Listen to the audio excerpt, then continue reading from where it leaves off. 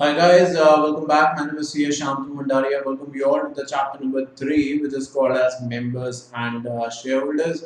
So उम्मीद करता हूँ कि जो चैप्टर नंबर 2 था वो आपने पूरा अच्छे तरीके से कंप्लीट कर लिया होगा, बिकॉज हमने यहाँ पे उसके एक नहीं, दो नहीं, 10 नहीं, काफ़ी सारे पार्ट्स बनाए हैं और हर चीज़ को डिटेल तरीके से एक्सप्लेन करने की कोशिश करी है। जो मेरा एक मोटो है, चाहे सी एस एग्जीक्यूटिव हो जो आप देख रहे हैं, या CS professional, it is always widest module coverage, because widest module से आपके scanners and past questions भी cover हो जाते हैं।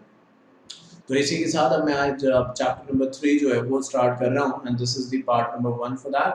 तो हमेशा की तरह आप जानते हैं, इससे पहले हम कुछ भी नया डिस्कस करें, एक बार समझ लेते हैं कि इस पूरे चैप्टर में जो लिखा है वो है क्या। देखिए, इसमें अब कोई दोहराए नहीं होनी चाहिए कि शेयर होल्डर्स, बेसिकली अगर हम बात ऐसे स्टार्ट करें, बिकॉज बहुत जगह क्या होता है कि लोग शेयर होल्डर्स और मेंबर्स को एक जैसा मानते हैं, और वो कुछ हद तक हैं भी, बट आप ये कह देना कि मेंबर्स हैं वही शेयर होल्डर्स हैं, या वो दोनों एक जैसे वर्ड्स हैं, ये हर समय सही नहीं हो सकता। इसके बारे में डिटेल बात करूंगा, बट फिलहाल शेयर होल्डर बेसिकली वो हैं जो कंपनी में पैसा इन्वेस्ट करते हैं। टेक्निकली आप उन्हें ओनर भी कह देते हैं, और जब कोई भी इंसान किसी चीज़ में हिस्सेदारी खरीदता है तो आप उसको शेयर होल्डर ही कहते हैं। वो कंपनी में अगर हिस्सेदारी खरीद रहे हैं तो भी शेयर होल्डर हो जाएंगे, किसी प्रोजेक्ट में हिस्सेदारी खरीद रहे हैं तो भी वो शेयर होल्डर हो जाएंगे। सो बेसिकली शेयर होल्डर हर वो इंसान है, इन शॉर्ट, जो किसी तरीके से इन्वेस्ट करता है, और depending upon the amount of the money that is invested उनको एक फ्रैक्शन या प्रोपोर्शन मिल जाता है। Let's say 2%, 5%, 10%। भाई अगर कंपनी ने टोटल मान लो 100 शेयर्स इशू किए और मैंने 15 शेयर्स लिए, कंपनी ने 100 शेयर्स इशू किए और मैंने 15 शेयर्स लिए, तो मेरे पास कितना परसेंट हुआ? 15% हुआ। ऐसे ही जब बड़ी बड़ी कंपनीज जो होती हैं, वो आप जानते ही हैं, पहले भी प्रोस्पेक्टस में दिखाया भी था आपको, लाखों लाखों शेयर्स इशू करती हैं। सो डिपेंडिंग अपॉन कि कितना हमारे फाइनेंशियली हम साउंड है और कितना इन्वेस्ट करना चाहते हैं, उस बेसिस पे हम इन्वेस्ट कर सकते हैं। तो ये चैप्टर यही बताएगा कि मेंबर्स एंड शेयर होल्डर्स जो हैं वो कैसे अलग हैं, ये बात अब हम करेंगे कुछ ही देर में। और ये समझेंगे कि कैसे कंपनी रिकॉर्ड रखती है अपने सारे के सारे मेंबर्स का, और उस रजिस्टर को कहा जाता है रजिस्टर ऑफ मेंबर्स। उसका एक फॉर्मेट भी प्रिस्क्राइब किया गया है, और कुछ चीज़ें बताई गई हैं कि क्या क्या चीज़ें रजिस्टर ऑफ मेंबर्स के तौर पे एंट्री होनी चाहिए। वो सब चीज़ें हम लोग देखेंगे। और आप जानते हैं कि जब भी मेंबर्स के बारे में बात आती है, शेयर्स के बारे में जब बात आती है, तो हम ऐसे कह सकते हैं कि जो कंपनी है वो अलग अलग पार्ट्स में डिवाइडेड होती है। Like there are 3 types of companies as such. मैं कंपनी के जब टाइप की बात कर रहा हूँ, सो मैं I am not talking about public and private company. मैं बात कर रहा हूँ इस पर्सपेक्टिव से कि एक है जो कंपनी लिमिटेड बाय शेयर्स है, like depending upon the liability of the company. एक लिमिटेड बाय शेयर्स है, एक लिमिटेड बाय गारंटी है, जबकि तीसरी जो है वो अनलिमिटेड लायबिलिटी कंपनी है। मुझे ऐसा लगता है कि लास्ट क्लासेस में सारी बात हम एक्सप्लेन कर चुके हैं, डिस्कस कर चुके हैं कि भाई लिमिटेड बाय शेयर्स, गारंटी और अनलिमिटेड लायबिलिटी में फ़र्क क्या होगा, इन कंपनीज में एक्चुअल फ़र्क क्या है। अ, तो यहाँ पे जब हम बात करें स्पेशली शेयर होल्डर की, तो share holders definitely limited by shares वाली कंपनी में होंगे, बिकॉज गारंटी वाली कंपनी में आज सच कोई शेयर्स नहीं होते। वहाँ पे तो लोग एक पर्टिकुलर अमाउंट की गारंटी लेते हैं, जो कि रिक्वायर्ड समय के बाद अगर कंपनी किसी दिक्कत में फंस जाती है तो उन्हें वो सब पैसा देना पड़ता है। वो यूजली बाइंडिंग अप का समय होता है। तो इस चैप्टर में ये बताया कि रजिस्टर ऑफ मेंबर्स कंपनी को, हर कंपनी को मेंटेन करना ज़रूरी होगा। हर कंपनी से मतलब अब यहाँ पे पब्लिक से है, प्राइवेट से है, जो भी कंपनी शेयर इशू कर रही है उसको रजिस्टर ऑफ मेंबर्स मेंटेन करना होगा। और जो रजिस्टर ऑफ मेंबर्स होगा वो हमेशा कंपनी के रजिस्टर्ड ऑफिस में ही रखा जाएगा। इसके कुछ एक्सेप्शनल केसेस हो सकते हैं, बट अभी फिलहाल हम समरी में अगर बता रहा हूँ पूरे चैप्टर की, तो मैं यही कहूँगा कि वो हमेशा रजिस्टर्ड ऑफिस में रखा जाएगा। उसके अलावा जब हम इस चैप्टर में और आगे बढ़ेंगे तो समझेंगे कि कैसे अपना नाम रजिस्टर ऑफ मेंबर्स में हम लिखवा सकते हैं। उसके अलग अलग मोड्स हैं, या तो हम कंपनी का शेयर्स खरीद लें, या हमें कोई शेयर ट्रांसफ़र कर दे, या ट्रांसमिशन कर दे। याद है, ट्रांसफर एंड ट्रांसमिशन सुनने में शायद ये एक जैसे लगते हो, बट ये दोनों बहुत अलग हैं। क्योंकि ट्रांसफर में ट्रांसफरर एंड ट्रांसफरी, आपको याद हो ये लास्ट चैप्टर में हमारी बात भी हुई थी।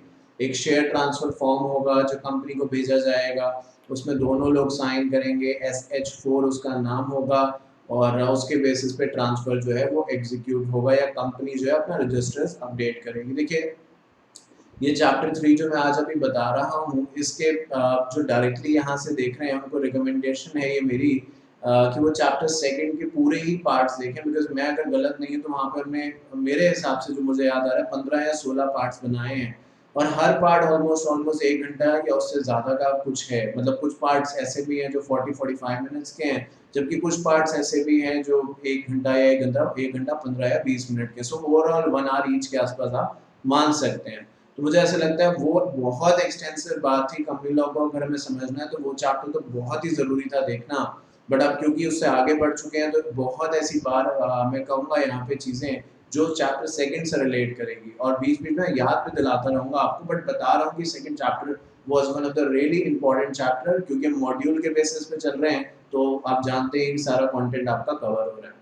जब इसी में और आगे बढ़ते हैं तो हम ये बात करते हैं कि जो जो मेंबर्स हैं, जो शेयर होल्डर्स हैं, अगर मान लीजिए किसी भी तरीके से वो चाहते हैं कि भाई हमारा नाम अपडेट हो जाए, हमारा एड्रेस अपडेट हो जाए, तो इसका क्या प्रोसेस है और क्या कंपनी किसी को अपना शेयर होल्डर बनाने से मना कर सकती है? भाई अगर मैं कंपनी के शेयर्स खरीदना चाहता हूँ तो क्या कंपनी मुझे ये कह सकती है कि हम आपको शेयर्स नहीं देंगे? क्या ऐसा कोई प्रोविजन अवेलेबल है या नहीं? तो यहाँ पे हम पढ़ेंगे कि कंपनी आपको नहीं रोक सकती। If you want to invest तो कंपनी आपको शेयर्स देगी।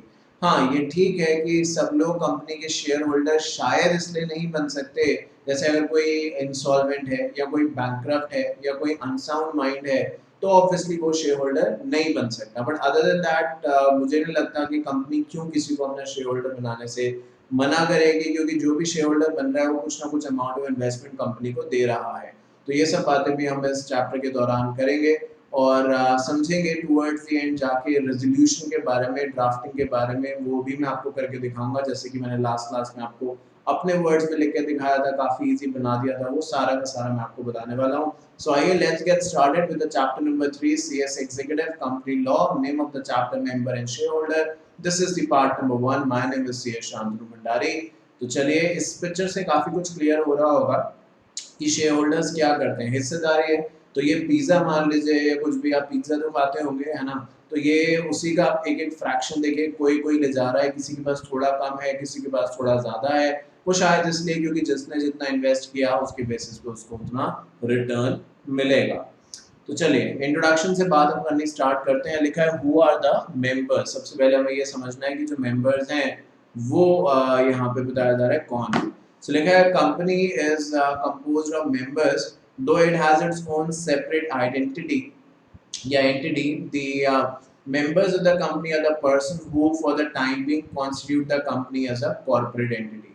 तो आप जानते हैं कि कंपनी, ज़रूर हम कहते हैं कि कंपनी जो है is an artificial person created by law having a separate legal entity, having a separate legal entity, क्योंकि वहाँ पे एक और वर्ड भी यूज होता है जिसका नाम होता है परपेचुअल सक्सेशन, जिसको आप कहते हैं कि मेंबर्स में come members may go but the company can go on forever. मतलब कंपनी ऐसा नहीं है कि हमारे, अगर हम सोचें कि भाई मैं शेयर होल्डर हूँ तो मैं कंपनी को चला रहा हूँ, तो इस बात से क्लियर हो गया कि कोई इस गलत फहमी में ना रहे। आपके एक इंडिविजुअल, मान लीजिए मिस्टर ए हैं, आज अगर वो कंपनी में शेयर होल्डर है तो मिस्टर ए जो है, ही और शी एज अ केस में be, this particular person is the shareholder, ठीक है। और जो कंपनी है उसका नाम है XYZ प्राइवेट लिमिटेड या लिमिटेड, जो आप लिखना चाहें।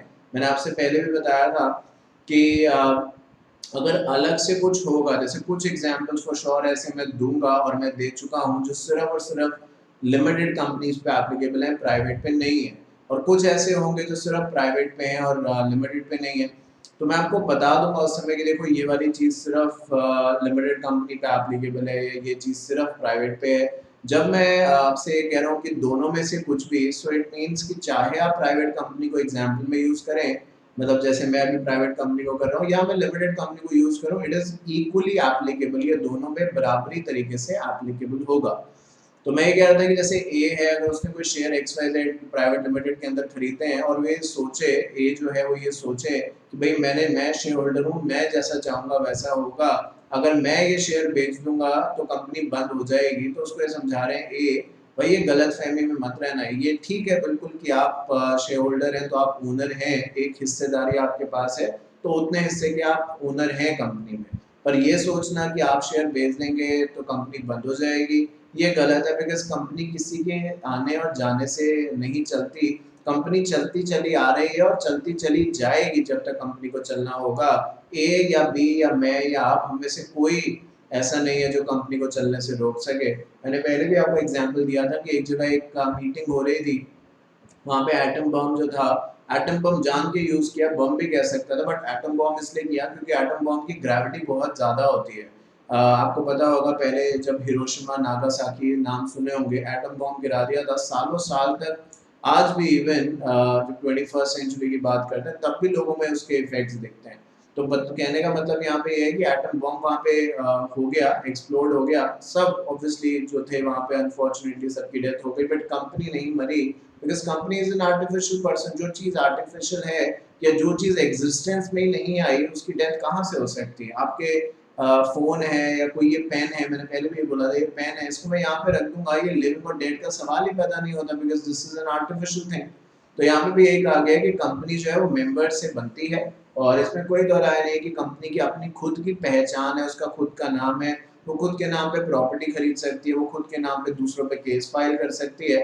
और मेंबर्स बेसिकली वो हैं जिनको आप कह सकते हैं जोड़ के या जिनको साथ में लाके जो कंपनी है वो अपना काम आगे बढ़ाती है।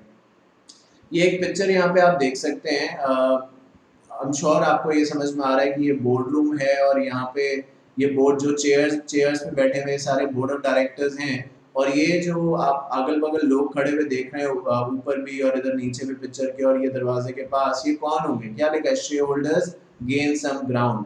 तो बेसिकली डायरेक्टर यहाँ पे है, वो कह रहे हैं okay all right, you can come in but we are not giving up our comfy मतलब कंफर्टेबल चेयर्स। तो शेयर होल्डर्स इतने सारे आ गए क्योंकि शेयर होल्डर्स तो मालिक हैं, तो डायरेक्टर्स कहते हैं तुम्हें जो करना है कर लो, हम तो अपने डायरेक्टरशिप से रिजाइन नहीं करेंगे। अगर इस तरीके की सिचुएशन आती है, तो पहले 1956 चलता था ना कंपनीज एक्ट, उसमें प्रोविजंस कम थे। आज जब 2013 के बारे में बात करें तो बहुत सारी चीजें बदल चुकी हैं, और अभी मैं इसको समझाऊंगा। इसमें एक चीज होती है, इसका नाम होता है क्लास एक्शन, ये बात हम करेंगे। देखा, generally speaking every shareholder is a member and every member is a shareholder। अभी समझाऊंगा। however there may be an exception to this statement। example, a person may be the holder of shares by transfer but will not become its member until the transfer is registered in the books of the company in his favor and his name is entered in the register of members। Similarly, a person या a member who has transferred his shares, though he does not hold any shares yet, he continues to be the member of the company until the transfer is registered and the name is removed from the register of members maintained by the company under section 88। ये दो बातें यहाँ पे करी गई है, मैं दोनों ही आपको एग्जाम्पल के थ्रू समझाता हूँ। देखिए, मैं आपसे रिक्वेस्ट कर सकता हूँ और वो मैं करता रहूँगा। रिक्वेस्ट सिर्फ इस बात की कि आपने बेसिकली जो चीज़ करनी है वो ये कि आपने अपना एक यूँ कह दीजिए कि रजिस्टर मेंटेन करना है, जिससे कि आप जो है चीज़ों को समझ पाएँ, और एग्जाम्पल्स को जैसे मैं यहाँ पे बता रहा हूँ या उसके बारे में हम बात कर रहे हैं, सो आप उन चीज़ों को लिख पाएँ वेयर एवर रिक्वायर्ड, क्योंकि एग्जामिनेशन के दौरान मुझे पूरी उम्मीद है उनको देख के आपको बहुत हेल्प मिलने वाली है। बट वो एक दिन का काम नहीं है, आप सोचें कि मैं आज शुरू करूँ और आज ही खत्म हो जाए, नहीं, ये शुरू से अभी से ही आपको करना होगा, तब आपके अच्छे नोट्स बन पाएंगे जिसका फायदा आप उठा पाएंगे अपने एग्जामिनेशन के दौरान। ठीक है, तो चलिए अब मैं बताना यहाँ पे शुरू करता हूँ। मैं यहाँ पे एक एग्जाम्पल ले रहा हूँ, दोबारा से कहना चाहता हूँ कि जो एग्जाम्पल मैं लेने वाला हूँ, मैं यहाँ पे ABC लिमिटेड लिख देता हूँ क्योंकि प्रीवियसली मैंने प्राइवेट लिमिटेड लिखा था। अब मैं यहाँ पे अगर प्राइवेट लिमिटेड भी लिख दूँ तब भी कोई फर्क नहीं पड़ेगा, ये एग्जाम्पल इक्वली ऑपरेट करेगा एज इफ ये दोनों के ऊपर सेम तरीके से एप्लीकेबल होता है, चाहे प्राइवेट कंपनी हो चाहे फिर ये लिमिटेड कंपनी हो। अब हो क्या रहा है यहाँ पे, सो देखिए, ये कंपनी है, ठीक है, मैंने यहाँ पे इसको आइडेंटिफाई भी कर दिया, और ये जो है ये मेंबर है, ठीक है। हम सवाल जो हमारा है यहाँ पे, जिस लिए यहाँ पे हम बात कर रहे हैं, वो ये है कि मेंबर्स वर्सेस शेयर होल्डर दोनों में फ़र्क क्या है, दोनों में क्या फ़र्क है। तो आपने ये कह दिया कि मान लीजिए ए इस समय शेयर होल्ड कर रहा है, तो ए कौन हो गया, ए मेंबर हो गया। अब अगर मान लीजिए ए ने अपने शेयर जो है वो बी को ट्रांसफर कर दिए, ए ने अपने शेयर्स बी को ट्रांसफर कर दिए, तो बी कौन हो गया, शेयर ट्रांसफर कर दिए, तो बी ने शेयर्स ले लिए, तो बी कौन बन गया, बी बन गया शेयर होल्डर। बट हम कह रहे हैं बी अभी सिर्फ शेयर होल्डर है, बी मेंबर नहीं है। अब आपका सवाल जरूर ऐसा होगा कि सर जब ए ने अपने शेयर्स बी को ट्रांसफर कर दिए तो ये तो समझ में आ गया कि अगर बी को शेयर्स मिल गए तो बी शेयर होल्डर हो गया, बट आप कह रहे हैं बी मेंबर नहीं है, ऐसा क्यों? मैंने अभी आपको बताया कि ए क्या करेगा, अपने शेयर्स बी को ट्रांसफर करेगा, बट ये ए के कहने से थोड़े हो जाएंगे, क्या करना पड़ेगा, इसके लिए हमें SH4 क्या होता है, form for transfer of shares, A को साइन करना पड़ेगा, बी को साइन करना पड़ेगा, याद है स्टैंप ड्यूटी लगेगी 100 रुपए पे 0.25 की, लास्ट चैप्टर में बताया था। फिर जो ए है उसको शेयर सर्टिफिकेट लगाना पड़ेगा, अगर शेयर सर्टिफिकेट नहीं है तो लेटर ऑफ अलॉटमेंट लगाना पड़ेगा, मतलब फॉर्मेलिटीज करनी पड़ेंगी, और उसके बाद दोनों साइन करके ये किसको भेजेंगे डॉक्यूमेंट, सारे के सारे SH4 और बाकी सब जो चीजें मैंने कही, जो ए और बी है वो किसको भेजेंगे डॉक्यूमेंट, जो कंपनी है, कंपनी कौन है यहाँ पे, ABC लिमिटेड, इनको भेजा जाएगा वो सारा, जब डॉक्यूमेंटेशन वगैरह ए और बी दोनों साइन कर देंगे। अब ये काम आज आपने ए ने अपने शेयर्स बी को ट्रांसफर कर दिए, बट कंपनी पे अभी ये जाएगा, उसका रजिस्टर अपडेट करेंगे, कम से कम 15-20 दिन लग सकते हैं। तो हम इसीलिए कह रहे हैं कि जो ए है, अगर ABC के रिकॉर्ड आज की डेट में देखे जाएं, भले ए ने अपने शेयर ट्रांसफर बी को कर दिए हैं, बट ABC कंपनी के बेसिस पे तो उनका मेंबर कौन है, ए ही है ना, क्योंकि अभी उनके पास तो ये ट्रांसफर की इंफॉर्मेशन नहीं पहुंची है, या पहुंच भी गई है तो उन्होंने अपडेट नहीं किया अभी तक।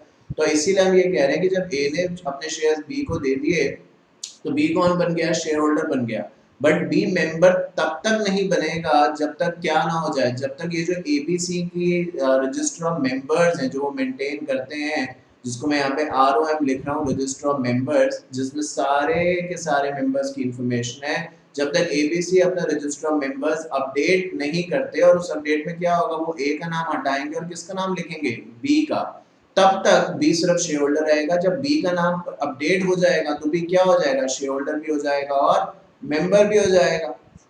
अब मेरी बात समझ रहे हो मैं क्या कह रहा हूँ, मैं दोबारा समझाता हूँ, ध्यान से सुनो। मैं ये कह रहा हूँ कि एक ए है और एक कंपनी है ABC लिमिटेड, ठीक है, ए ने कुछ शेयर्स खरीदे हैं, चलो यहाँ पे मान लेते हैं कि ए ने 100 शेयर्स खरीदे हैं, किसके, ABC लिमिटेड के, ठीक है। अब मैं यहाँ पे ये कह रहा हूँ कि ए ने वो शेयर्स जो हैं वो व्हाटएवर रीजन, पैसे की जरूरत थी या जो और कुछ भी, ए ने वो अपने शेयर्स बी को दे दिए, बी को दे दिए मतलब ट्रांसफर कर दिए। अब यहाँ पे ये है कि जो बी है, जिस दिन भी शेयर उसको ट्रांसफर हो रहे हैं, बी क्या बन जाएगा, शेयर होल्डर बन जाएगा। बट सवाल यहाँ पे ये हो रहा है कि मेंबर एंड शेयर होल्डर में फर्क क्या है, तो हम कह रहे हैं बी जो है वो शेयर होल्डर तो बन गया, बट अभी मेंबर नहीं बना है। मैंने ये नहीं कहा कि बी कभी मेंबर बन नहीं सकता, मैं ये कह रहा हूँ अभी नहीं बना है। सवाल आपका होगा सर क्यों नहीं बना है वो भी, तो मैंने कहा अभी बताया आपको कि देखो ए और बी, जब ए ने शेयर्स बी को दिए तो उस समय बी के साइन हो गए, तो बी को तो हो गया कि भाई मैं अब मेंबर बन चुका हूँ, बट ये किसकी बुक्स में अपडेट करना होगा, कंपनी की। और कंपनी में ऐसे सिर्फ ए और बी के केस तो होंगे नहीं, लाखों करोड़ों लोगों के केस आ रहे होंगे, बहुत बड़ी इंडिया में शेयर होल्डर्स हो सकते हैं, तो जगह जगह से केस आ रहे होंगे। तो ये क्या करेंगे, ए एंड बी साइन करेंगे, डॉक्यूमेंट्स वगैरह लगा के कंपनी को पोस्ट से भेजेंगे, कोरियर से भेजेंगे, वो कंपनी को मिलेगा। फिर उसके जो कंपनी सेक्रेटरी, ये सब काम तो कंपनी सेक्रेटरी या सेक्रेटेरियल डिपार्टमेंट का ही है ना, ऊपर बात भी करी थी प्रीवियस चैप्टर में। वो क्या करेंगे, फिर वो रजिस्टर ऑफ मेंबर जो ABC है उसको अपडेट करेंगे, ए का नाम हटाएंगे, उसकी जगह किसका नाम लेके आएंगे, बी का नाम लेके आएंगे। तो जब कंपनी ने ये नाम हटाने वाला प्रोसेस करा, तब बी जो था, जो पहले अभी शेयर होल्डर बना था, तब वो क्या बन गया, फिर वो मेंबर भी बन गया। तो इस तरीके से शेयर होल्डर और मेंबर तो अलग अलग बातें हैं। अगर ए ने अपना शेयर बी को दिया तो बी जो है वो उसी दिन शेयर होल्डर तो बन गया, बट बी मेंबर उस दिन बनेगा जिस दिन ABC जो कंपनी है उसका रिकॉर्ड अपडेट होगा, और वो ए का नाम हटाएंगे और बी का नाम वहां पे लेके आएंगे। तो टेक्निकली एक समय ऐसा आएगा जब बी शेयर होल्डर है और बी मेंबर भी है, तो इसलिए हम कह सकते हैं रजिस्टर जो मेंबर्स हैं वो शेयर होल्डर भी हो सकते हैं, और हो सकता है वो अलग अलग भी हो। मतलब जैसे आपने देखा कि ए जो था वो मेंबर था, बट क्योंकि ए ने अपने शेयर्स बी को ट्रांसफर कर दिए तो बी शेयर होल्डर हो गया, है ना। और जब कंपनी ने ए का नाम हटा के बी का नाम अपडेट कर दिया तो बी पहले शेयर होल्डर था, और अब जब ए का नाम हटा के बी का नाम अपडेट कर दिया तो फिर बी क्या बन गया, बी फिर मेंबर भी बन गया। तो आई थिंक ये दो अलग अलग फैक्टर हैं जो साथ साथ ही चलते हैं, और जैसे कि मैंने कहा कि मेंबर एंड शेयर होल्डर्स ये अलग अलग भी हो सकते हैं फॉर द टाइम बीइंग।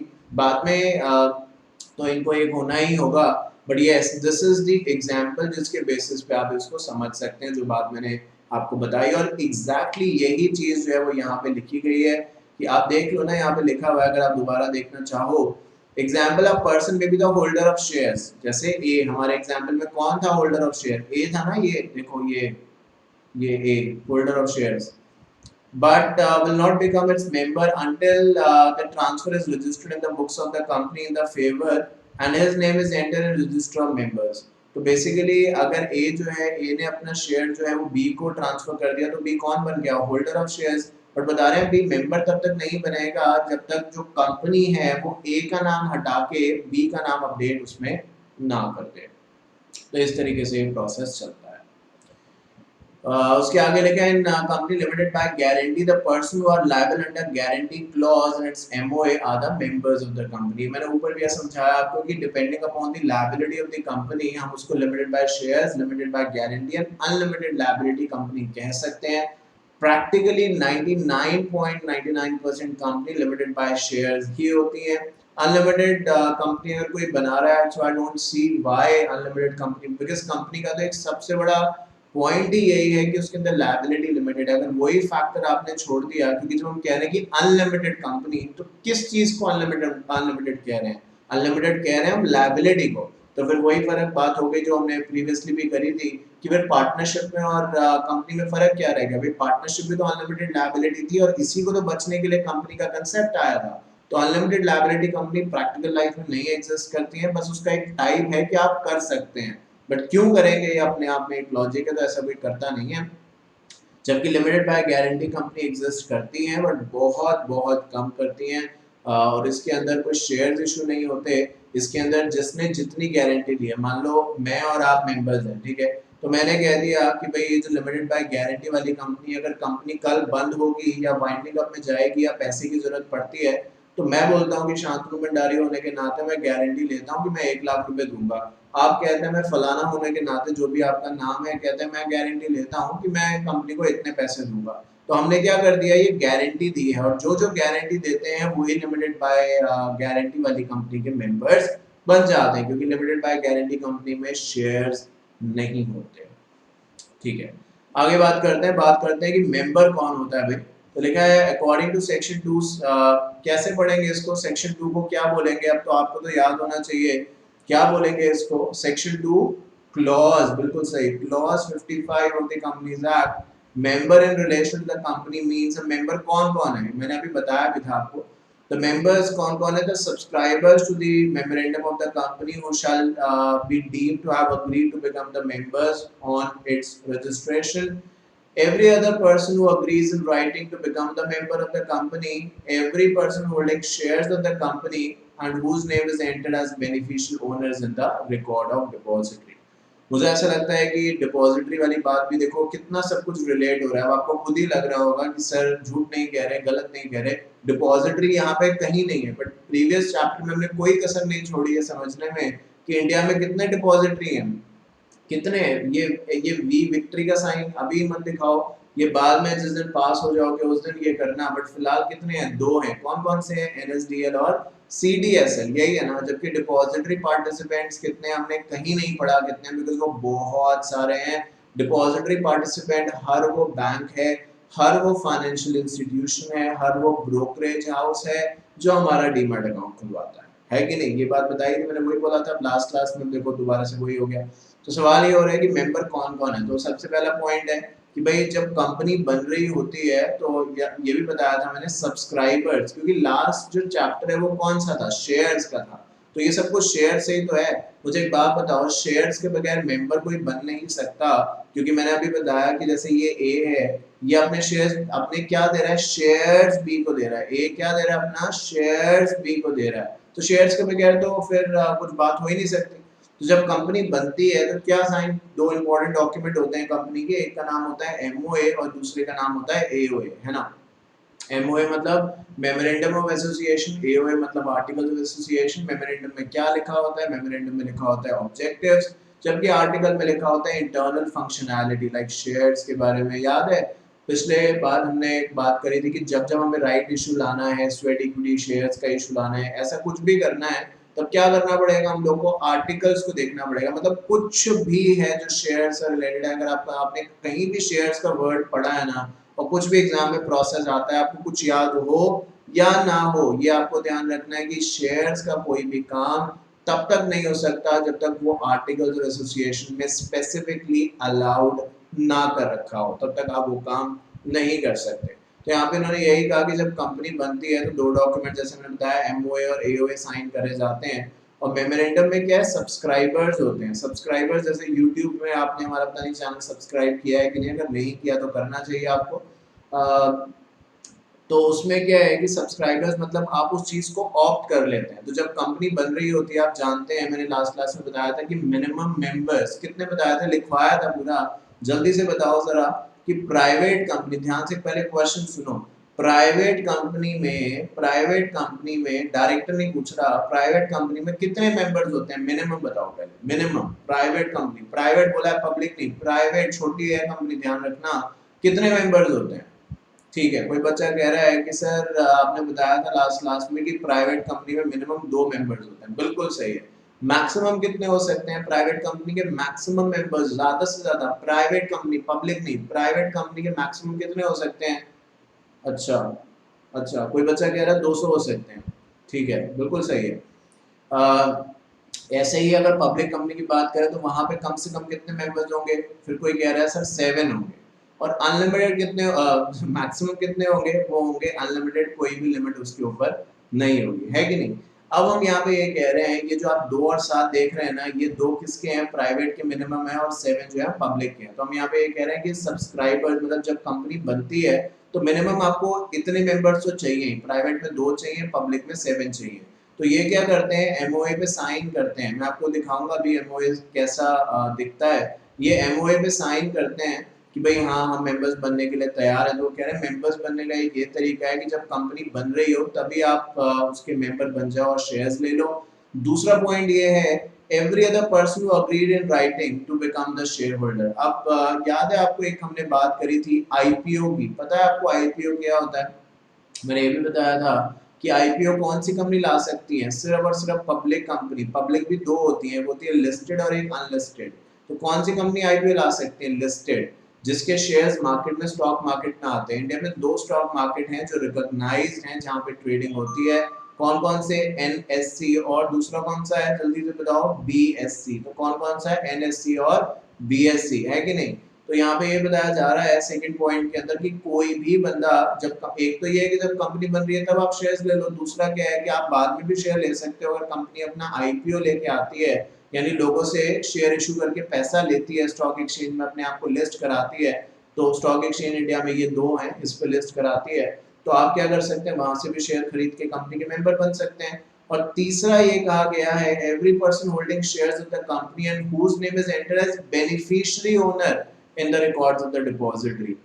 याद होगा लास्ट क्लास में बात करी थी कि डिपॉजिटरी पार्टिसिपेंट जो है, जहां पे अपना डीमैट अकाउंट खुलवाते हैं, उनके पास सबका जो ओनर होता है, जैसे मैंने शेयर खरीदे, आपने शेयर खरीदे, तो डिपॉजिटरी पार्टिसिपेंट यानी जहां पे हमने डीमैट अकाउंट खुलवाया, चाहे एसबीआई, चाहे पीएनबी, चाहे जो और कहीं पे भी हमने डीमैट अकाउंट खुलवाया है, वो तो यही दिखाएंगे कि उनके पास जो सारे शेयर्स हैं वो किसके नाम पे है, वो किसके नाम पे है, वो डिपॉजिटरी के नाम पे एनएसडीएल और सीडीएसएल। जबकि एनएसडीएल और सीडीएसएल ये बताएंगे एग्जैक्ट इन्फॉर्मेशन कि मेरे कितने शेयर कौन सी कंपनी में। ये मैंने लास्ट क्लास में बताया था और पूरा समझाया था मैंने उस समय, दोबारा बोलता हूँ ध्यान से सुनो।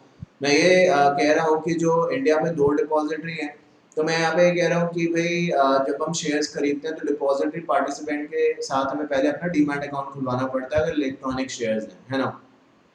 और डिपॉजिटरी पार्टिसिपेंट आगे डिपॉजिटरी से डील करते हैं, याद है समझाया था, बैंक जो होते हैं वो डील करते हैं इंडिविजुअल से, जबकि आरबीआई डील करता है सिर्फ बैंक से, याद है कुछ ऐसी बात। तो यहाँ पे भी यही है कि जो डिपॉजिटरी पार्टिसिपेंट्स हैं, जब मैंने अपना अकाउंट एसबीआई के साथ खुलवाया और शेयर्स खरीदे किसी भी कंपनी के, तो एसबीआई ने मेरे जब डीमैट अकाउंट खोला तो अब एसबीआई तो यही दिखाएगा कि शांतनु भंडारी का जो डीमैट अकाउंट है इसमें सारे के सारे शेयर्स एनएसडीएल के नाम पे या सीडीएसएल के नाम पे।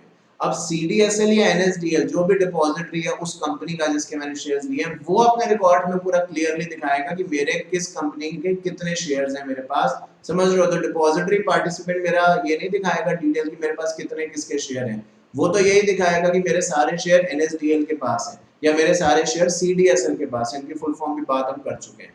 तो और NSDL या CDSL जहाँ पे भी जो भी कंपनी का डिपॉजिटरी है, दोनों में से कंपनी किसी को भी अपना डिपॉजिटरी बना सकती है, वो एग्जैक्ट इन्फॉर्मेशन बताएगा कि मेरे पास किस कंपनी के कितने शेयर्स हैं। तो ये 3 तरीके हैं। एक तो भाई आप इनिशियली जब कंपनी बन रही है तभी आप शेयर्स ले लें, या बाद में IPO के थ्रू ले सकते हैं, या बताया जा रहा है आपको तब भी कंपनी का मेंबर माना जाएगा अगर आपका नाम कहाँ पे रिकॉर्ड्स में, किसके रिकॉर्ड्स में, डिपॉजिटरी के, डिपॉजिटरी पार्टिसिपेंट नहीं, क्योंकि डिपॉजिटरी पार्टिसिपेंट के रिकॉर्ड्स में तो किसका नाम होगा, सिर्फ और सिर्फ किसका नाम होगा, डिपॉजिटरी पार्टिसिपेंट के अकाउंट में सिर्फ डिपॉजिटरी का नाम होगा। जबकि डिपॉजिटरी के अकाउंट में आपका नाम दिखाई देगा तो आपको मान लिया जाएगा आप कंपनी के मेंबर हैं।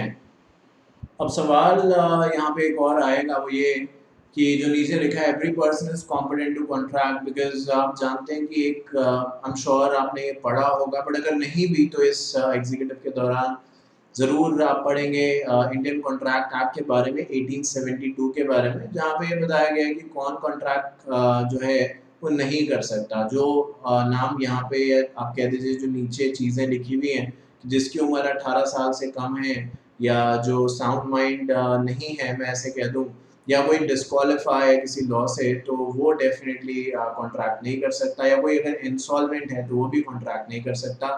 तो अगर किसी भी बंदे को किसी कंपनी के शेयर्स लेने हैं तो यहाँ पे जो बात कही है उसको हमें अबाइड करना पड़ेगा, मानना पड़ेगा।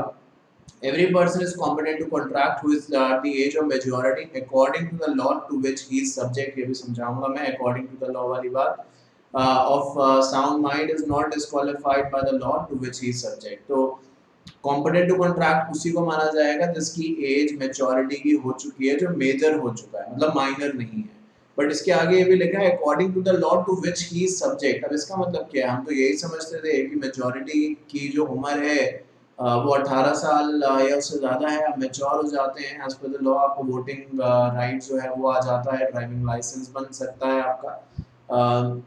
बट यहाँ पे जो बात लिखी है उसका जो टेक्निकल मतलब है वो ये कि देखिए इंडिया में इज़ अ वेरी मैं ऐसे कह दूँ कि India is a secular country, right. तो इट हैज़ न्यूमरस रिलीजन्स, बहुत सारे रिलीजन्स हैं, बहुतों को हम जानते भी हैं, बहुतों को नहीं भी जानते हैं शायद।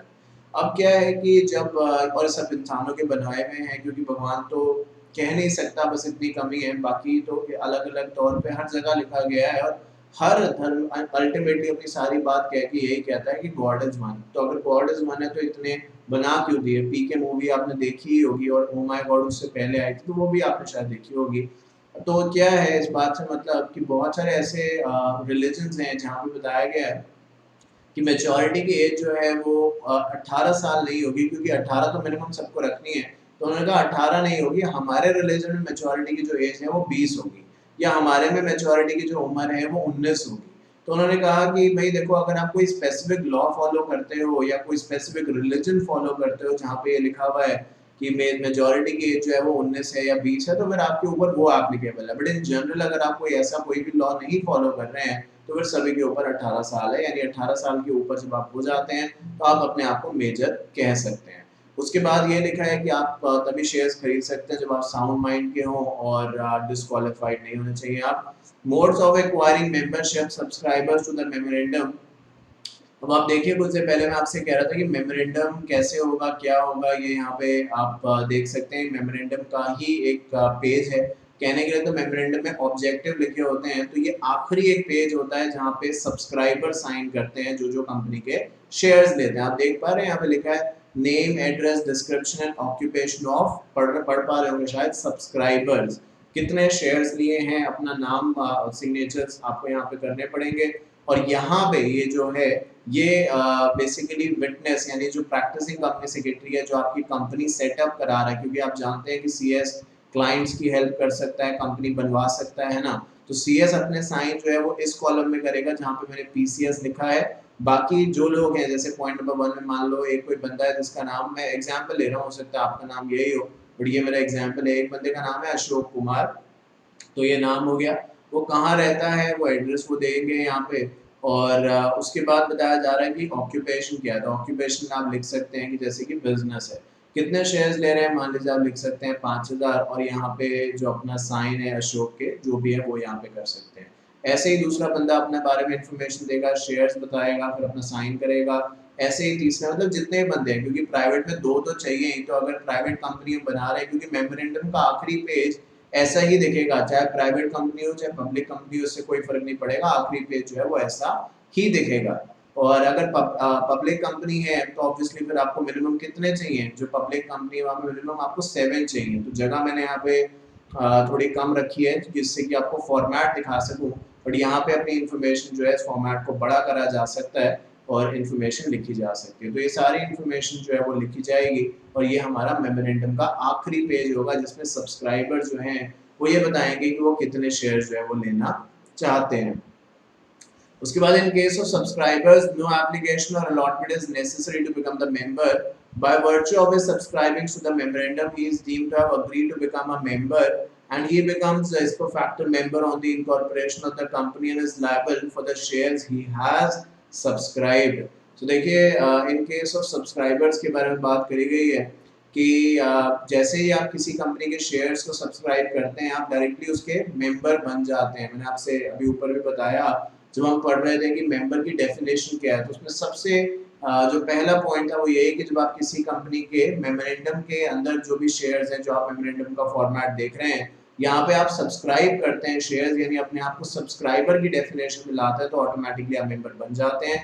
तो यही कहा गया है कि इन केस ऑफ सब्सक्राइबर कोई एप्लीकेशन की जरूरत नहीं है, बस आपने अपना नाम जो है वो अपने हाथ से यहाँ पे लिखना है, कोई आपके बिहाफ पे नहीं लिखेगा, अपना नाम आपने खुद लिखना है और बताना है। आप ऑब्वियसली अपने साइन पे आप खुद ही करेंगे, ये कहने वाली बात नहीं कि ऑब्वियसली आपके साइन को दूसरा थोड़े करेगा, है ना, तो अपने आप ही करेंगे। और अगर ऐसा कर लेते हैं तो कोई फिर आपको फॉर्म वॉर्म भरने की जरूरत नहीं है, आप डायरेक्टली जो है कंपनी के मेंबर बन जाएंगे।